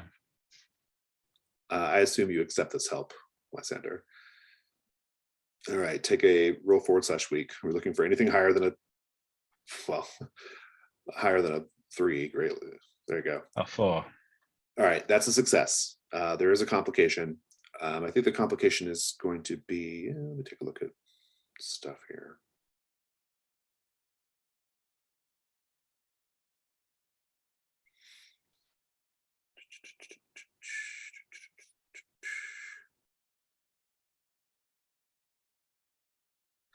The complication is, I think in your desperation, Horgast, of just chucking things, it becomes just like chucking things at the creature. In your desperation, you chuck your brass astrolabe at it. I knew you were going to do something like that. Oh no. My precious astrolabe. But you're otherwise successful here. The thing will not lose your scent, but Lysander, give us the scene. How do you barricade yourself in from this thing? It's an avalanche. When when the bookshelves start falling, they hit another support beam, and books that were above the doorway, they collapse onto the bookcases, just making a pile, and they just keep raining down. So, welcome to your new home, fellas. Yes, unless you can find an alternate way out. But yeah, it might be your new home for a bit. And let's go ahead and just take our second break. We'll take 5, come back, 5.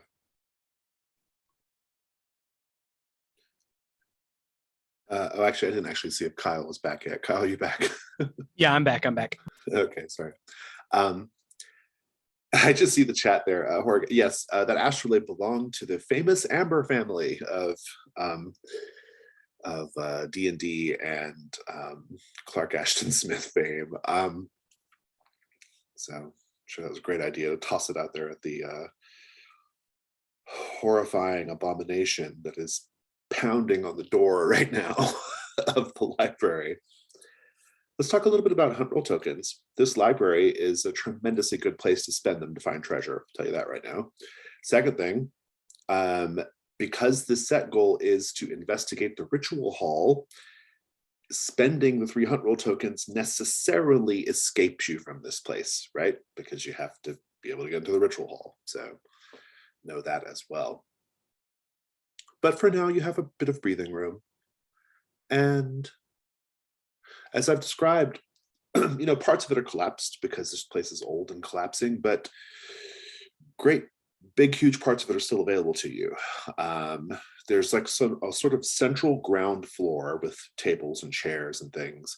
And then there are catwalks on the higher levels to like reach higher bookcases. And there's also even a couple of like little offshoot sort of like side rooms and halls with more books and things, all kinds of stuff to find in here. So what are we doing?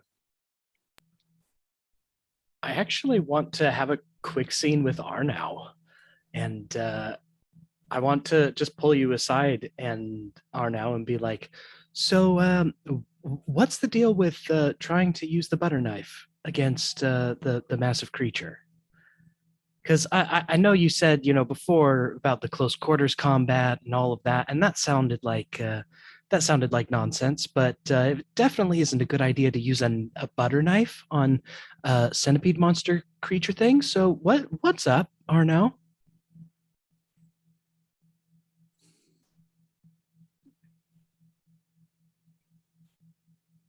Your expertise is in the mystical arts. My expertise is in combat. Let me concern myself with how to arm myself. I mean, even a neophyte can tell that what you're doing isn't working, Arnau. I've kept us safe thus far. Trust me to continue doing so.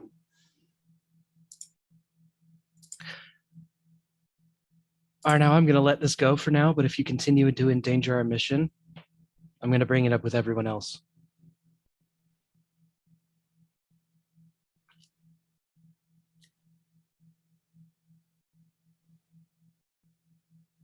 If you wish me to swing a sword wildly as Horrorguest is prone to do, then would that not be more dangerous? I mean, no, but let's use your trained warrior's hands to wield the big pick that you've got. I mean, yes, you are more skilled at that than Horrorguest, so act like it. That's all I'm saying. I will consider your words, Kiln. I appreciate And it. Arno's hands are like dead white, right? Like completely like alabaster corpse white. Yeah, that's another thing that sticks out.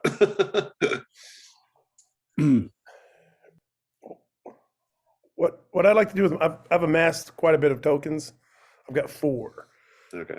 Can I spend 3 to find a passageway to the ritual chamber? Is that how it works? You will satisfy the set goal, which is it specifically precisely says investigate the ritual hall, which you are not in currently. But if you spend them, you will investigate the ritual hall. I think I would like to do that, and then also spend one, if unless you guys want to do it a different way. But I'll put that on the table, and then I'll at least spend one for looking for treasure as we explore. I'll give you the treasure now. You will notice, Lysander, occasionally you'll see a bubble gently bobbing between the bookcases and stacks. And the bubbles sometimes have books and scrolls in them.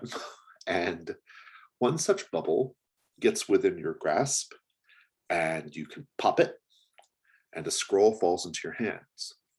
Please roll a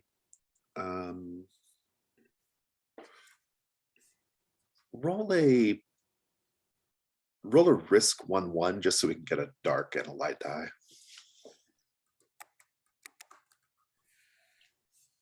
So 3 dark, 2 light. This scroll is the instructions for learning the duplicate ritual. You can add this to your list of rituals, which will go, you'll note that in the section, I think it says library. No, actually just put it in your rituals. So this new ritual is called duplicate, and what it does is become double for a brief period. There's no gold value, and but you have the ritual. You have this scroll. You can take the time to learn it as you wish. If you choose to learn it back, if you choose to take the time to learn it back when you're off the adventure, it will not increase your burdens like it normally would. You get to learn it for free. So.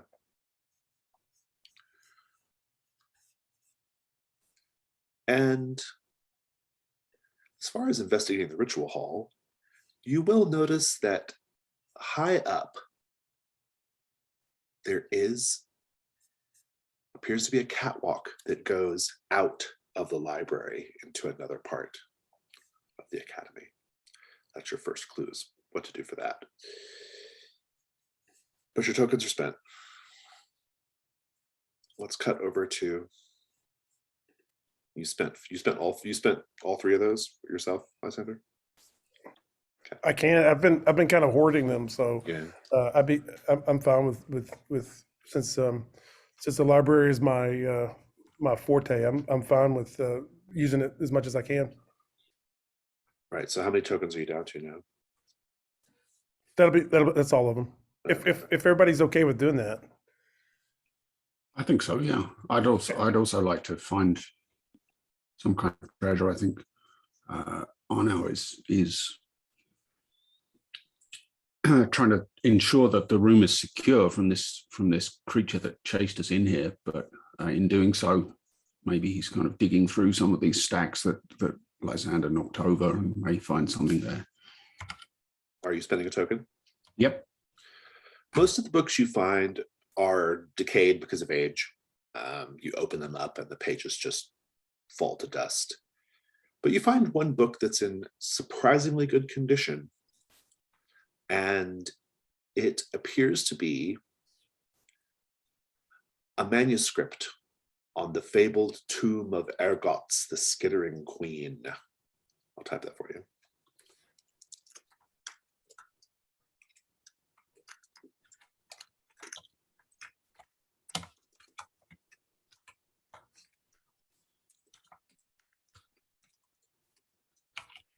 It is worth 1 gold to the right buyer.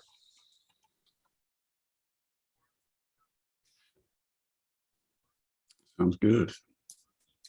Argus, what are you doing?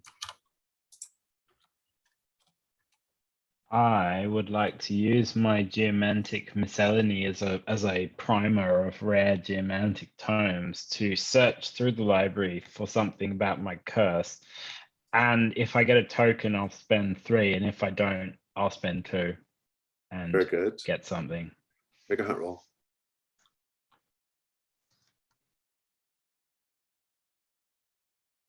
I got a 3, so I guess I'll just spend 2 tokens, but also encounter something terrible. Indeed, you will. We'll come back to that. Kiln, we'll come back to your treasures and everything else in a bit. Kiln, what are you doing? I'm heading for the religion section basically, and I want to spend 1 token to find something valuable. Sure. Let's see.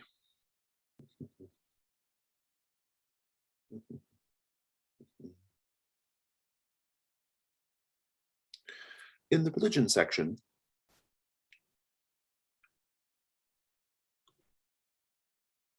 you will find a copy of a book that is very important to the cult of Darawan. It's in reasonably good shape. It is called the Mudwater Epistemology.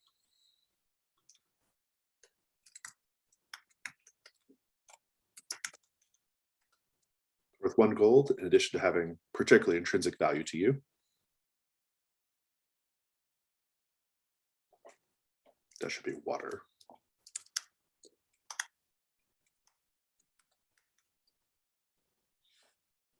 Bet you can add it to your gear. Fantastic. Horgast.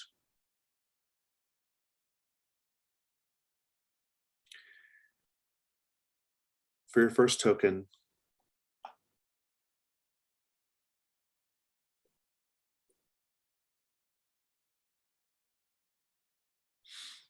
you said you were specifically looking at like things related to geomancy, rocks, and things like And that, right? more specifically, looking for something about the curse.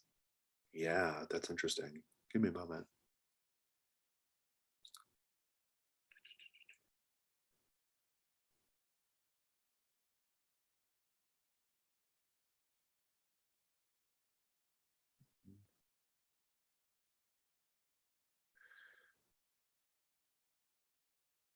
So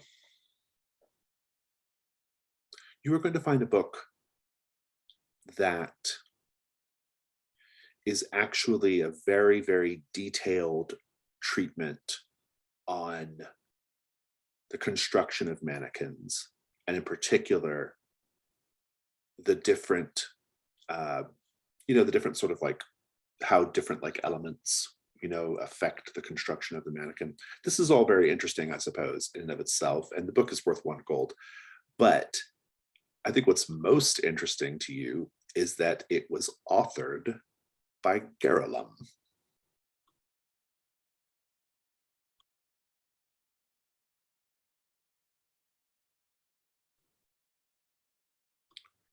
And for your other token, you will find another one of these little bubbles. And if you pop it, roll risk 1/1 to get a light in the dark die. Okay. A 5 black and a 2 white. This is the ritual rest, W-R-E-S-T, move an enchantment from one object to another. And again, if you choose to learn this back during Hearthfire, it will not cost you anything. So if I already have 3 rituals, am I going to have to just like duplicate some columns and try and put in a new one? No, there's that's what library is for. Okay, I'll do that then. So duplicating a ritual, did you say? Yes, it allows you to move an enchantment from one object to another. It's called rest.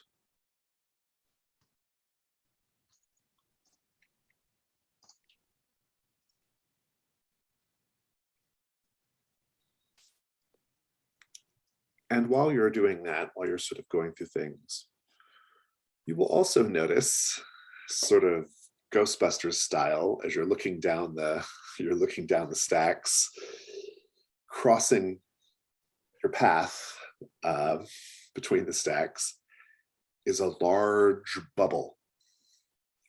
And you notice that the bubble has things floating inside of it. And the bubble pauses briefly. and it's sort of like exterior sort of stretches, sort of sort of stretches and grabs a book from the shelf and absorbs the book into the bubble, and then continues floating on.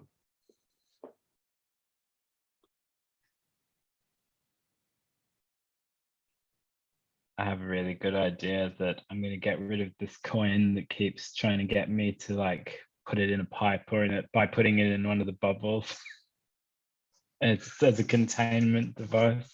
So these little bubbles that you got the rituals out of, those are just, they pop very easily. This is like a very large bubble with lots of things inside of it. And it seems to be much more sentient and moving, directional, more like purposeful in its movements. I'm going to feed it the coin and say like, Nothing personal, but you're a pest, and I want rid of you. That feels like a risk roll. We'll come back to that. What's everyone else doing in the meantime?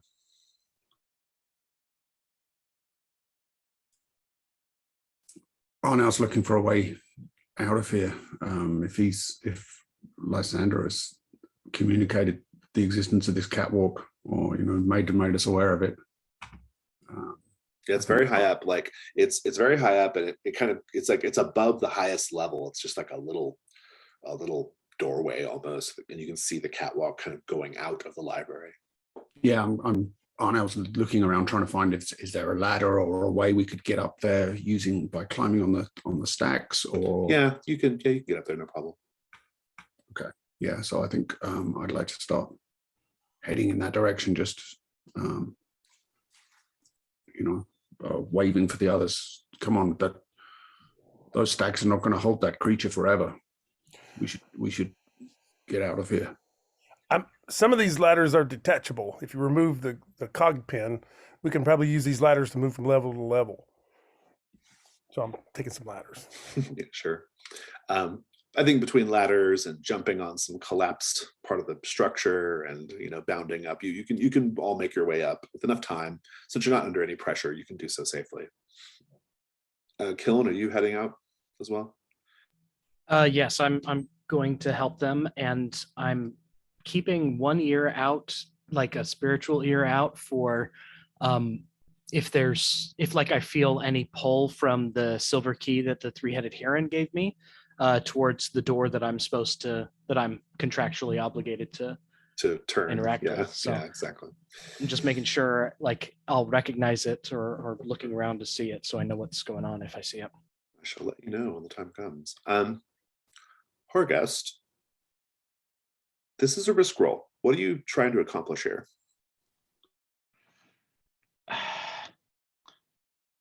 I feel like, sorry, this is as a player. I feel like this thing. I mean, I miss you. It's just too like frivolously dangerous. I think I might hold on to it for a bit longer, because this just seems like a sort of needlessly like gonzo chaotic thing to do at this moment. So I'm tempted to do it, but I'm like, no, I'm better than that. And I'll put it back in the bag. And like, yeah, it's just one ruin 4. It's just yeah. Fair enough. So sounds like you're otherwise heading up to that, clambering up to the catwalk. Let's talk about what you see when you get up there. So this is the Grand Ritual Hall, or I should say, you follow the catwalk and you look down. It looks down like probably a couple of levels, so the details are not great with your torchlight, but there's a fair amount of light coming in from up above too, though, so you can see some things, but just not in super great detail. But it's a vast room. See, everything feels vast in this place. You will note, Lysander, that this room is directly beneath the towering spire from which those red glow pulses were coming from. Just one little observation. The hall has thick stone columns and arching ceilings that you're sort of like, well, they're not arching ceilings, they're like just large arches, the kind of archways that you're looking down through. And everything is surprisingly like intact in this space that you're looking down into. Everything else is kind of like crumbling and falling apart, but this seems very, very well intact. The walls are slick with that mage oil and the sort of shimmering, you can sort of see like shimmering, like rainbow hue on the walls, except it seems like more intentional. It's hard to tell from the distance that you're at, but it almost seems like the mage oil has been applied to the walls for some reason. There is, at the very bottom, what appears to be a recessed area, perhaps like a pool, but it's now dry. And there are altars in that recessed area. And in the center of that recessed area is a very, very large sort of what are pretty clearly like a sort of ritual circle. And floating above that ritual circle, which you're looking down on, just sitting there floating, is a large bovine body without the head and legs, just floating there. You have met the set goal of investigating the ritual hall, though getting down to it can be tricky from the catwalk. The catwalk itself continues on to another part of the academy, however. So with the mage oil that's been applied, is it in any obvious patterns, or is it just this wall was painted? You can't tell from this height, yeah. But it looks intentional though. Like you can tell there's pattern to it. It's not just like dripping, you know. Okay. So they were trying to alter reality, or what were they trying to do again? They were trying to like. They were trying to reach new realities. Yes. What the heck? So you said there's a body floating down there? Did I hear that A right? bovine, like a bull, like a cow or a bull. Yeah. But no head and no legs. Could this be the sacrifice that Kiln, you mentioned something about a sacrifice earlier? That's true. It seemed that the contraption in the chamber of the wellspring did have something to do with the ritual sacrifice. I pull out my sketches and no. Let me clarify. That's not true. There was a pipe going up to somewhere above the wellspring, possibly to this chamber that was sacrifice. The brass pipes going to the hoops in the wall is a different thing. Okay.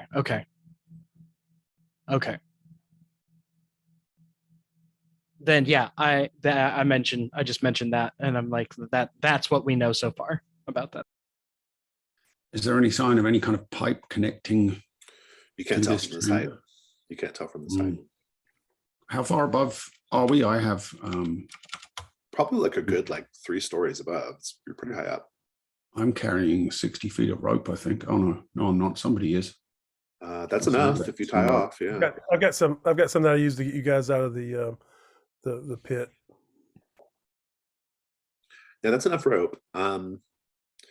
Since there's nothing, well, okay, that's not true. I was about to say there's nothing after you, but there is something after you, isn't there? There is this skittering creature. You can see it, you can hear it in the distance. It is around. Maybe it hasn't homed in on you yet, but if you want to use the rope to get down, I think it's just going to generally be dangerous. I just need one person to make the risk roll to kind of count for everyone, basically. I'm not 100% sure we even need to go down there. Have we met the set goal of investigating this? Yeah, that's the set goal of the sort of main halls area. Otherwise, the place is just free to explore. So yeah, my librarian sense is tingling, and I think I'd rather once we've taken a look at this horror, I'd just soon go back to the library or explore some others. I don't want to mess with this. This is beyond my knowledge. Although I could do I could do a myth roll to see a headless bovine has got to be somewheres in myths and legend. I mean, I will tell you, there's nothing mythological about this. You can have that for free. It is just this is just them doing weird shit because they're weird magic scholars. Yeah, hard pass on weird wizard stuff. I'd rather go back to the library and stay there for a few days. Lysander, listen, can you hear that creature? It's broken through to the library already, I think. I There's can't no tell where going it's back from. for us. It could be in this room for all we know, down there somewhere. I want my astrolabe back.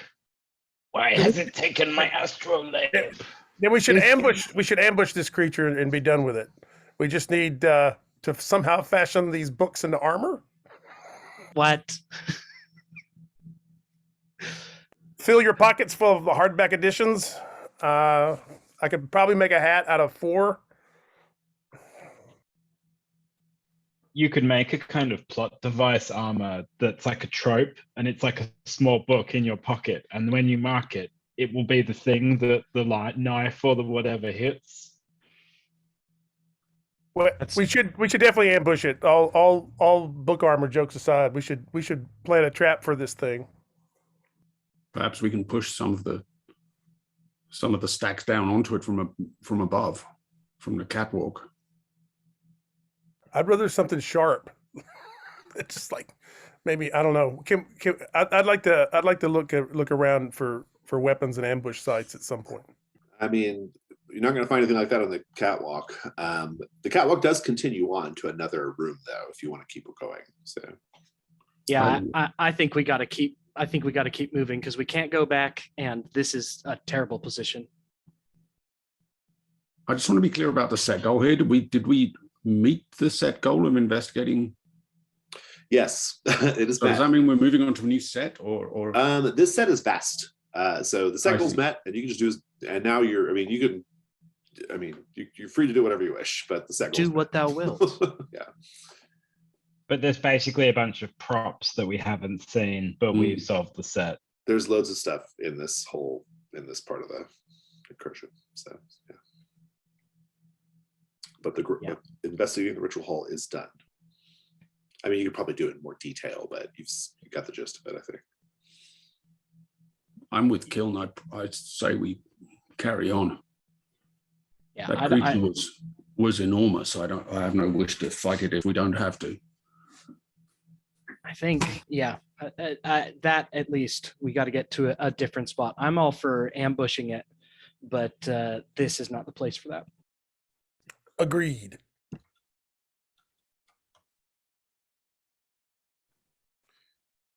So it sounds like you're continuing on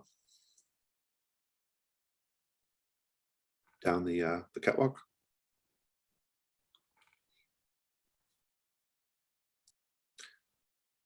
The catwalk leads to. This is a space that would be kind of on the exterior part of the academy. I mentioned that spire is nearby, right? But this space, looking down into it, it appears to be a large pit, a very deep pit, perhaps where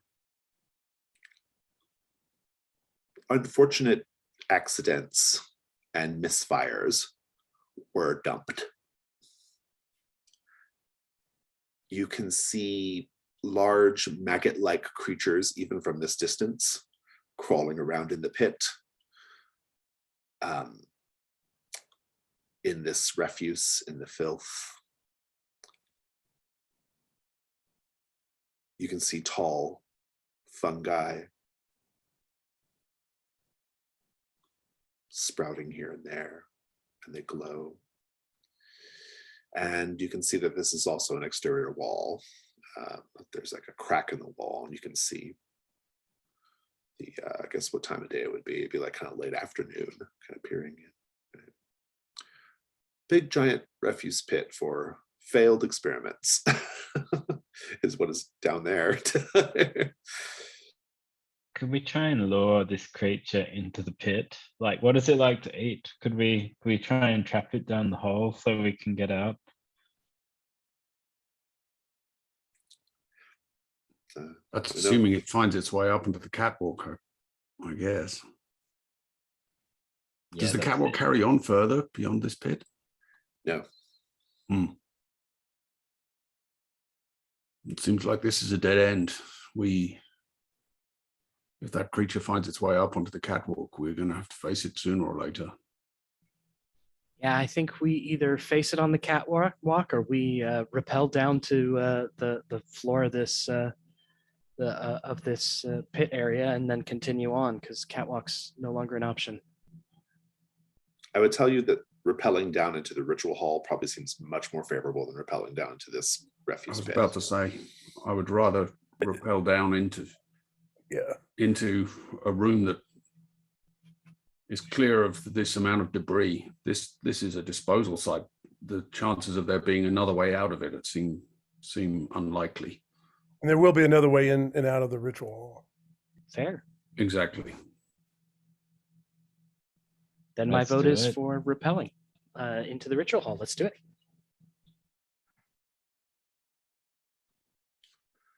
Who wants to be in charge of securing the rope and leading this little adventure? Whose rope is it? If you three will secure the rope, I will descend first and make sure it's safe down there. I have the rope, but I don't really have any rope skills other than organization, and that's a stretch. So I don't. Yeah, who has I an don't- appropriate skill here? That's the real question, I guess. I have athletics, which would Okay. seem to be Yeah. good for the person descending, if not the person tying the rope. I think as long as you can get down and help the others get down, you should be okay. So if you want to do the risk roll R now, that's great. Sounds good. Describe everyone, what could go wrong?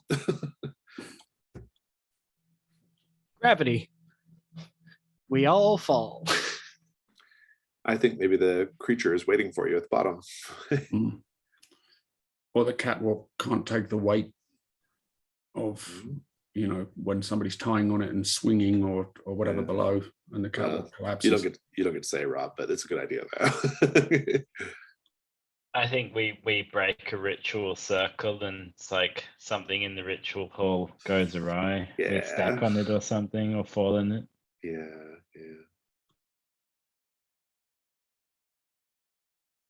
Well, let's talk dice. You got your first light die. Who has a devil's bargain? No matter what, we lose my rope. Yeah, you got to abandon the rope. That's an easy one, but solid. I'm going to say, no matter what you do, break a ritual circle.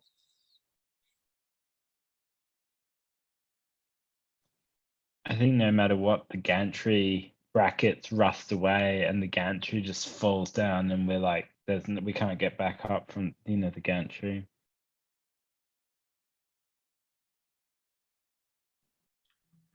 No matter what,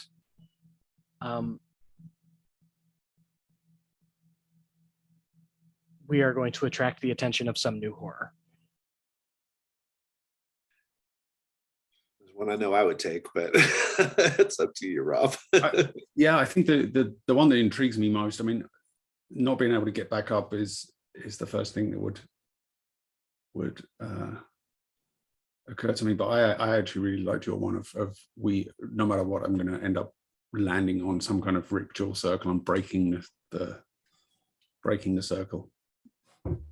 Yeah. So this is a risk 2, is that right? Yeah, I mean, probably you are risking your body as well because you're up high. So I think it's risk 2-1 because you're doing something sort of inherently dangerous. Hey, 6 light. There you go.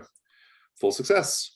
Give us just a little bit of the scene, like as you're sort of rappelling down.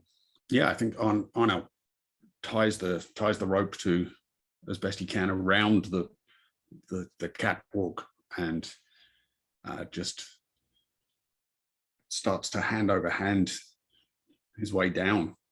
He's quite strong and can support his body weight just with his arms and is watching looking below him as he goes, and just takes no notice of whatever this marking is. You know, to him it means very little.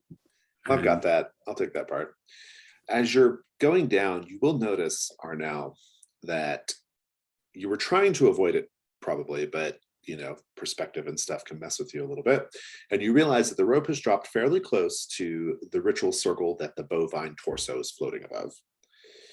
And as you go down, you realize it's not just floating, it's rotating in the air, which is a strange thing. But you're aware of it and you're able to get down and not break it, no problem. And you get to help the others come down too. Which of them makes the mistake of stepping backwards into it? Or no?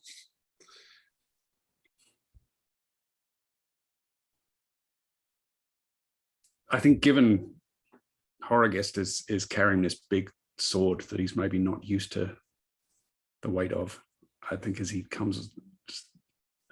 releases himself from the rope, he kind of takes an involuntary step back. Let's rewind just a little bit as well. So everyone's kind of slowly making their way down. And Arnau, you're helping them because you're down there, kind of helping everybody get down. And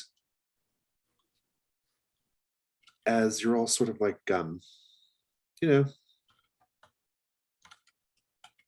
making your way down gradually, Lysander, as you're going down, the bovine torso,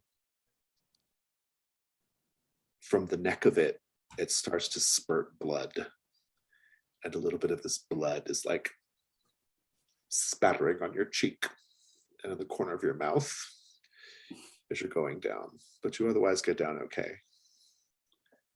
And Kiln, as you're going down, you notice that the bovine torso has small moths crawling all over the surface as you sort of go down past it. And Horrorguest, you can see that the abdomen is glowing from this thing. And everyone gets down safely, but Horrorguest, you make that misstep and you break the circle.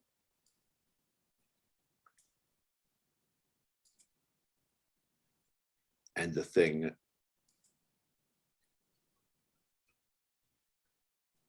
up close is much bigger than you thought. It's like the size of a bull, but like if the bull, it's like a bull, but like if the bull were 3 times the size, it's enormous. It has no limbs, has no head. I've got a picture of it actually. I might even just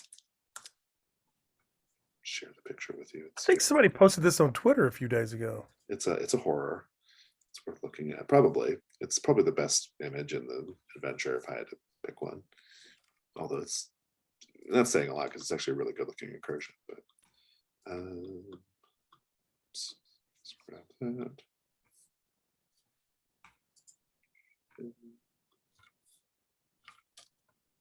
Yeah. Damn it. I'm trying to drag and drop real quick. I'm having to look with it. There we go. Okay. Yeah, this thing is horrifying.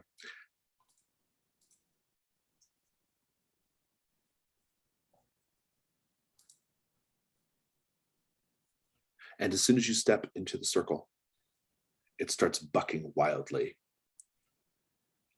It starts bucking wildly and it starts spinning wildly in the air above you. It begins spraying blood from its limbs and the neck.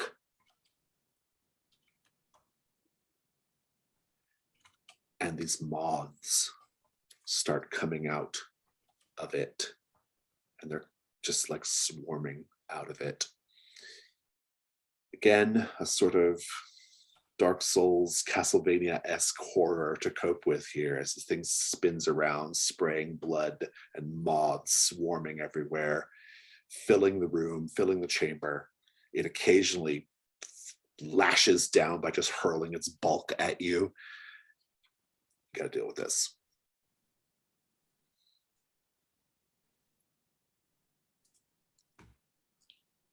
could use my new ritual that I learned to disenchant the carcass and channel it through the mage oil into something else. Oh, you mean rest? Yeah. You have to learn it. You have to learn it when you're back in town. Oh, It'll I be free. understand. Yeah, Sorry, yeah. I misunderstood. It's like a potential thing that you. Yeah. Okay. No, you have it now. Anybody else have any other ideas before you go into combat with this thing? I want to check the mage oil symbols, see if I can read them now that we're on the ground level. Yes. So the symbols are, in fact, now that you can kind of quickly, you probably could have been looking them as you go down too as well. Yeah. They're just inscriptions. They're notes of like notes, like that they were basically like taking notes about like various experiments and theories and recording them on the walls and the pillars. Oh, it's just observations and stuff. Oh no. And there's nothing germane to like tell us a little bit more about like what they were attempting to do with the bull? Not until you have some time. No, you cannot. Okay. Not the amount of time you have to deal with to do it right now. Maybe if you have some time to spend on it, perhaps, but not at a glance. There's a little sign on one of the walls that says "Do not chisel away." Yeah, maybe. I think it just Do not erase do on not step the on circle. whiteboard. Yeah. Anybody else have any ideas dealing with this? Otherwise, we're going to combat. Maybe now's the time to throw the coin at it and see if the two forces cancel each other out. Do we see any other ways out now that we're down? Yes, there are stairs and hallways that abut or that jut off of this. You can just run. Yeah, if this, whatever this is trapped here, oh, it might not be able to follow us. Come on, let's just move on. You have to make this decision very quickly. Is there any like hardware that like wizard, torches and hardware that we could use perhaps besides our puny weapons? Is there like anything? I mean, if you're rapidly running out of time to look at the space because of the moths and the blood and this thing angrily bucking and flailing everywhere.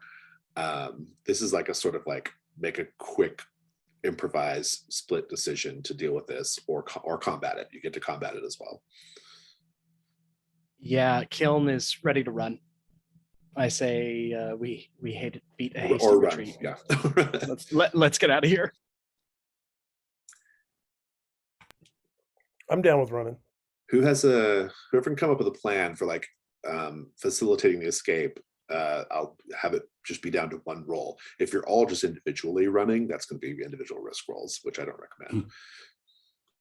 I think I will actually flick the coin at it and say, "Run!" Oh, so you should do that. Just see what happens. Hope it distracts. That's good. That's the risk roll. All right. So, what are you hoping to accomplish specifically here, Horgast? I'm essentially hoping that two malign forces, like two whatever essentially like rituals, will clash and like destroy each other. And if we can run fast enough, it won't catch us. What could go wrong? Daniel, Rob, Kyle? It just bounces off and it keeps charging. Or it makes it worse. It makes I think it makes power it from it. Yeah, It gets a new head. Yeah, it gets a head. Yeah, it heals it and turns it into. Yeah, I think that another thing that goes wrong is that you can't even throw it far enough. Like it just gets batted out of the way with the wings of the moths. All bad results. Let's talk about dice. You get one die for the coin. Devil's bargains. That coin is going back in your pocket somehow, sometime later, no matter what. You're not even free of it. Yeah, that's interesting. That's a pretty good offer. I'm going to say no matter what, the coin wins.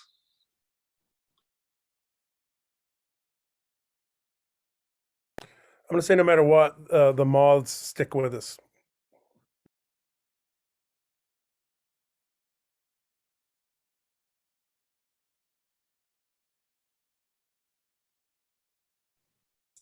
Any others?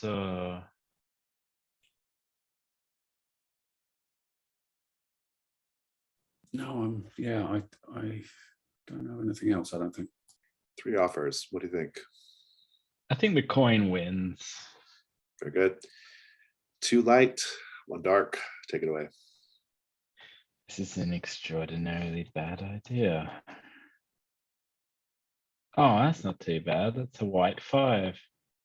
Yeah, the complication is going to be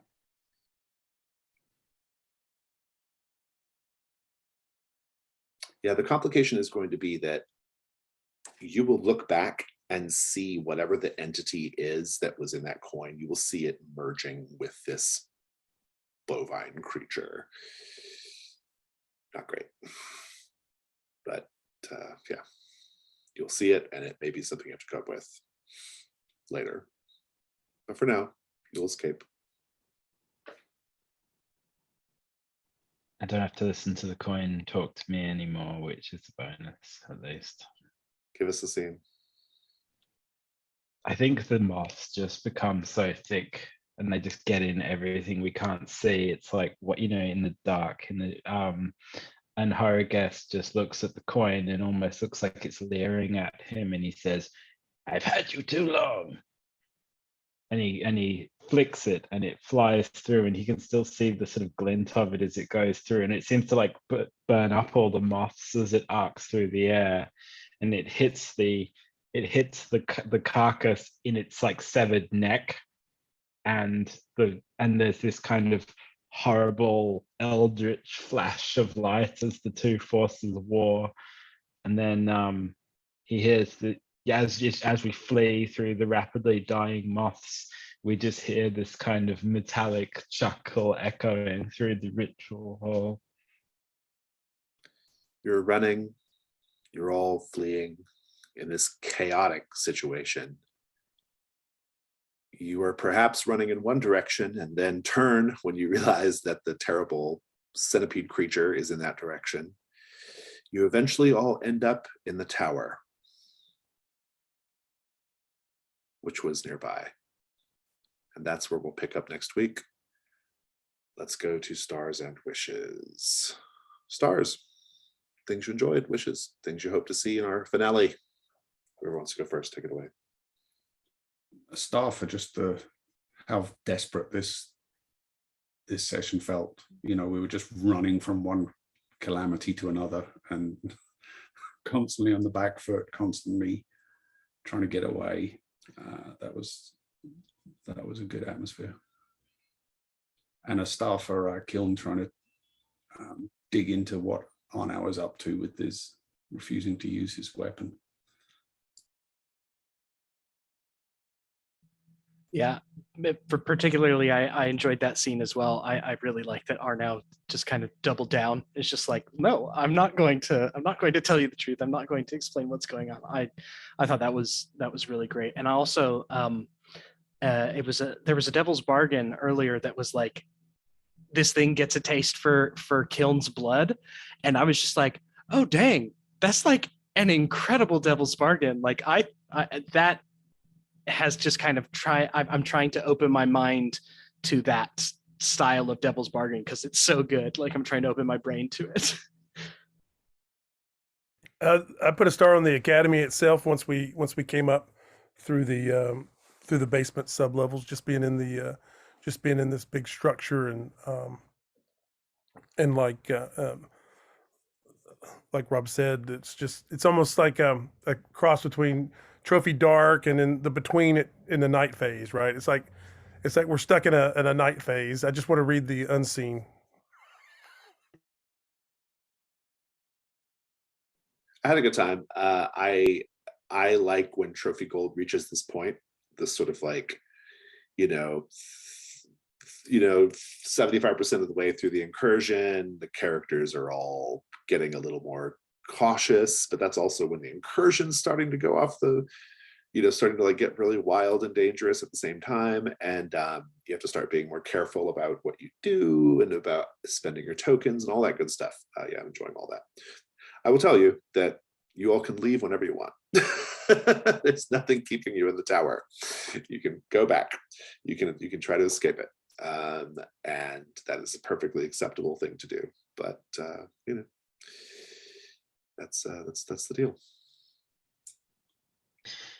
I think for me, definitely stars for like Arno and Kiln, like really leaning into the bubble, like the detergent and the changes there, like very, very good attention to the mechanical changes, creating a kind of character change. Like it's really given a unique feel to this incursion.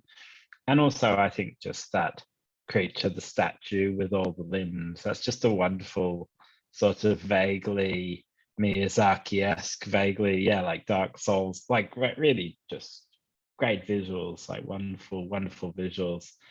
And just wishes, like I think it's great how what a good dysfunctional but good team the group are, and just seeing if we can actually keep each other alive through working together, because we're actually quite cooperative, which is nice. It's not quite as zero sum as some trophy goal I've played. Yeah, it's interesting because it seems like in the role play, it seems like the characters like maybe don't like each other very much, but they're still like by necessity, like making this work, and are doing teamwork, despite the fact that they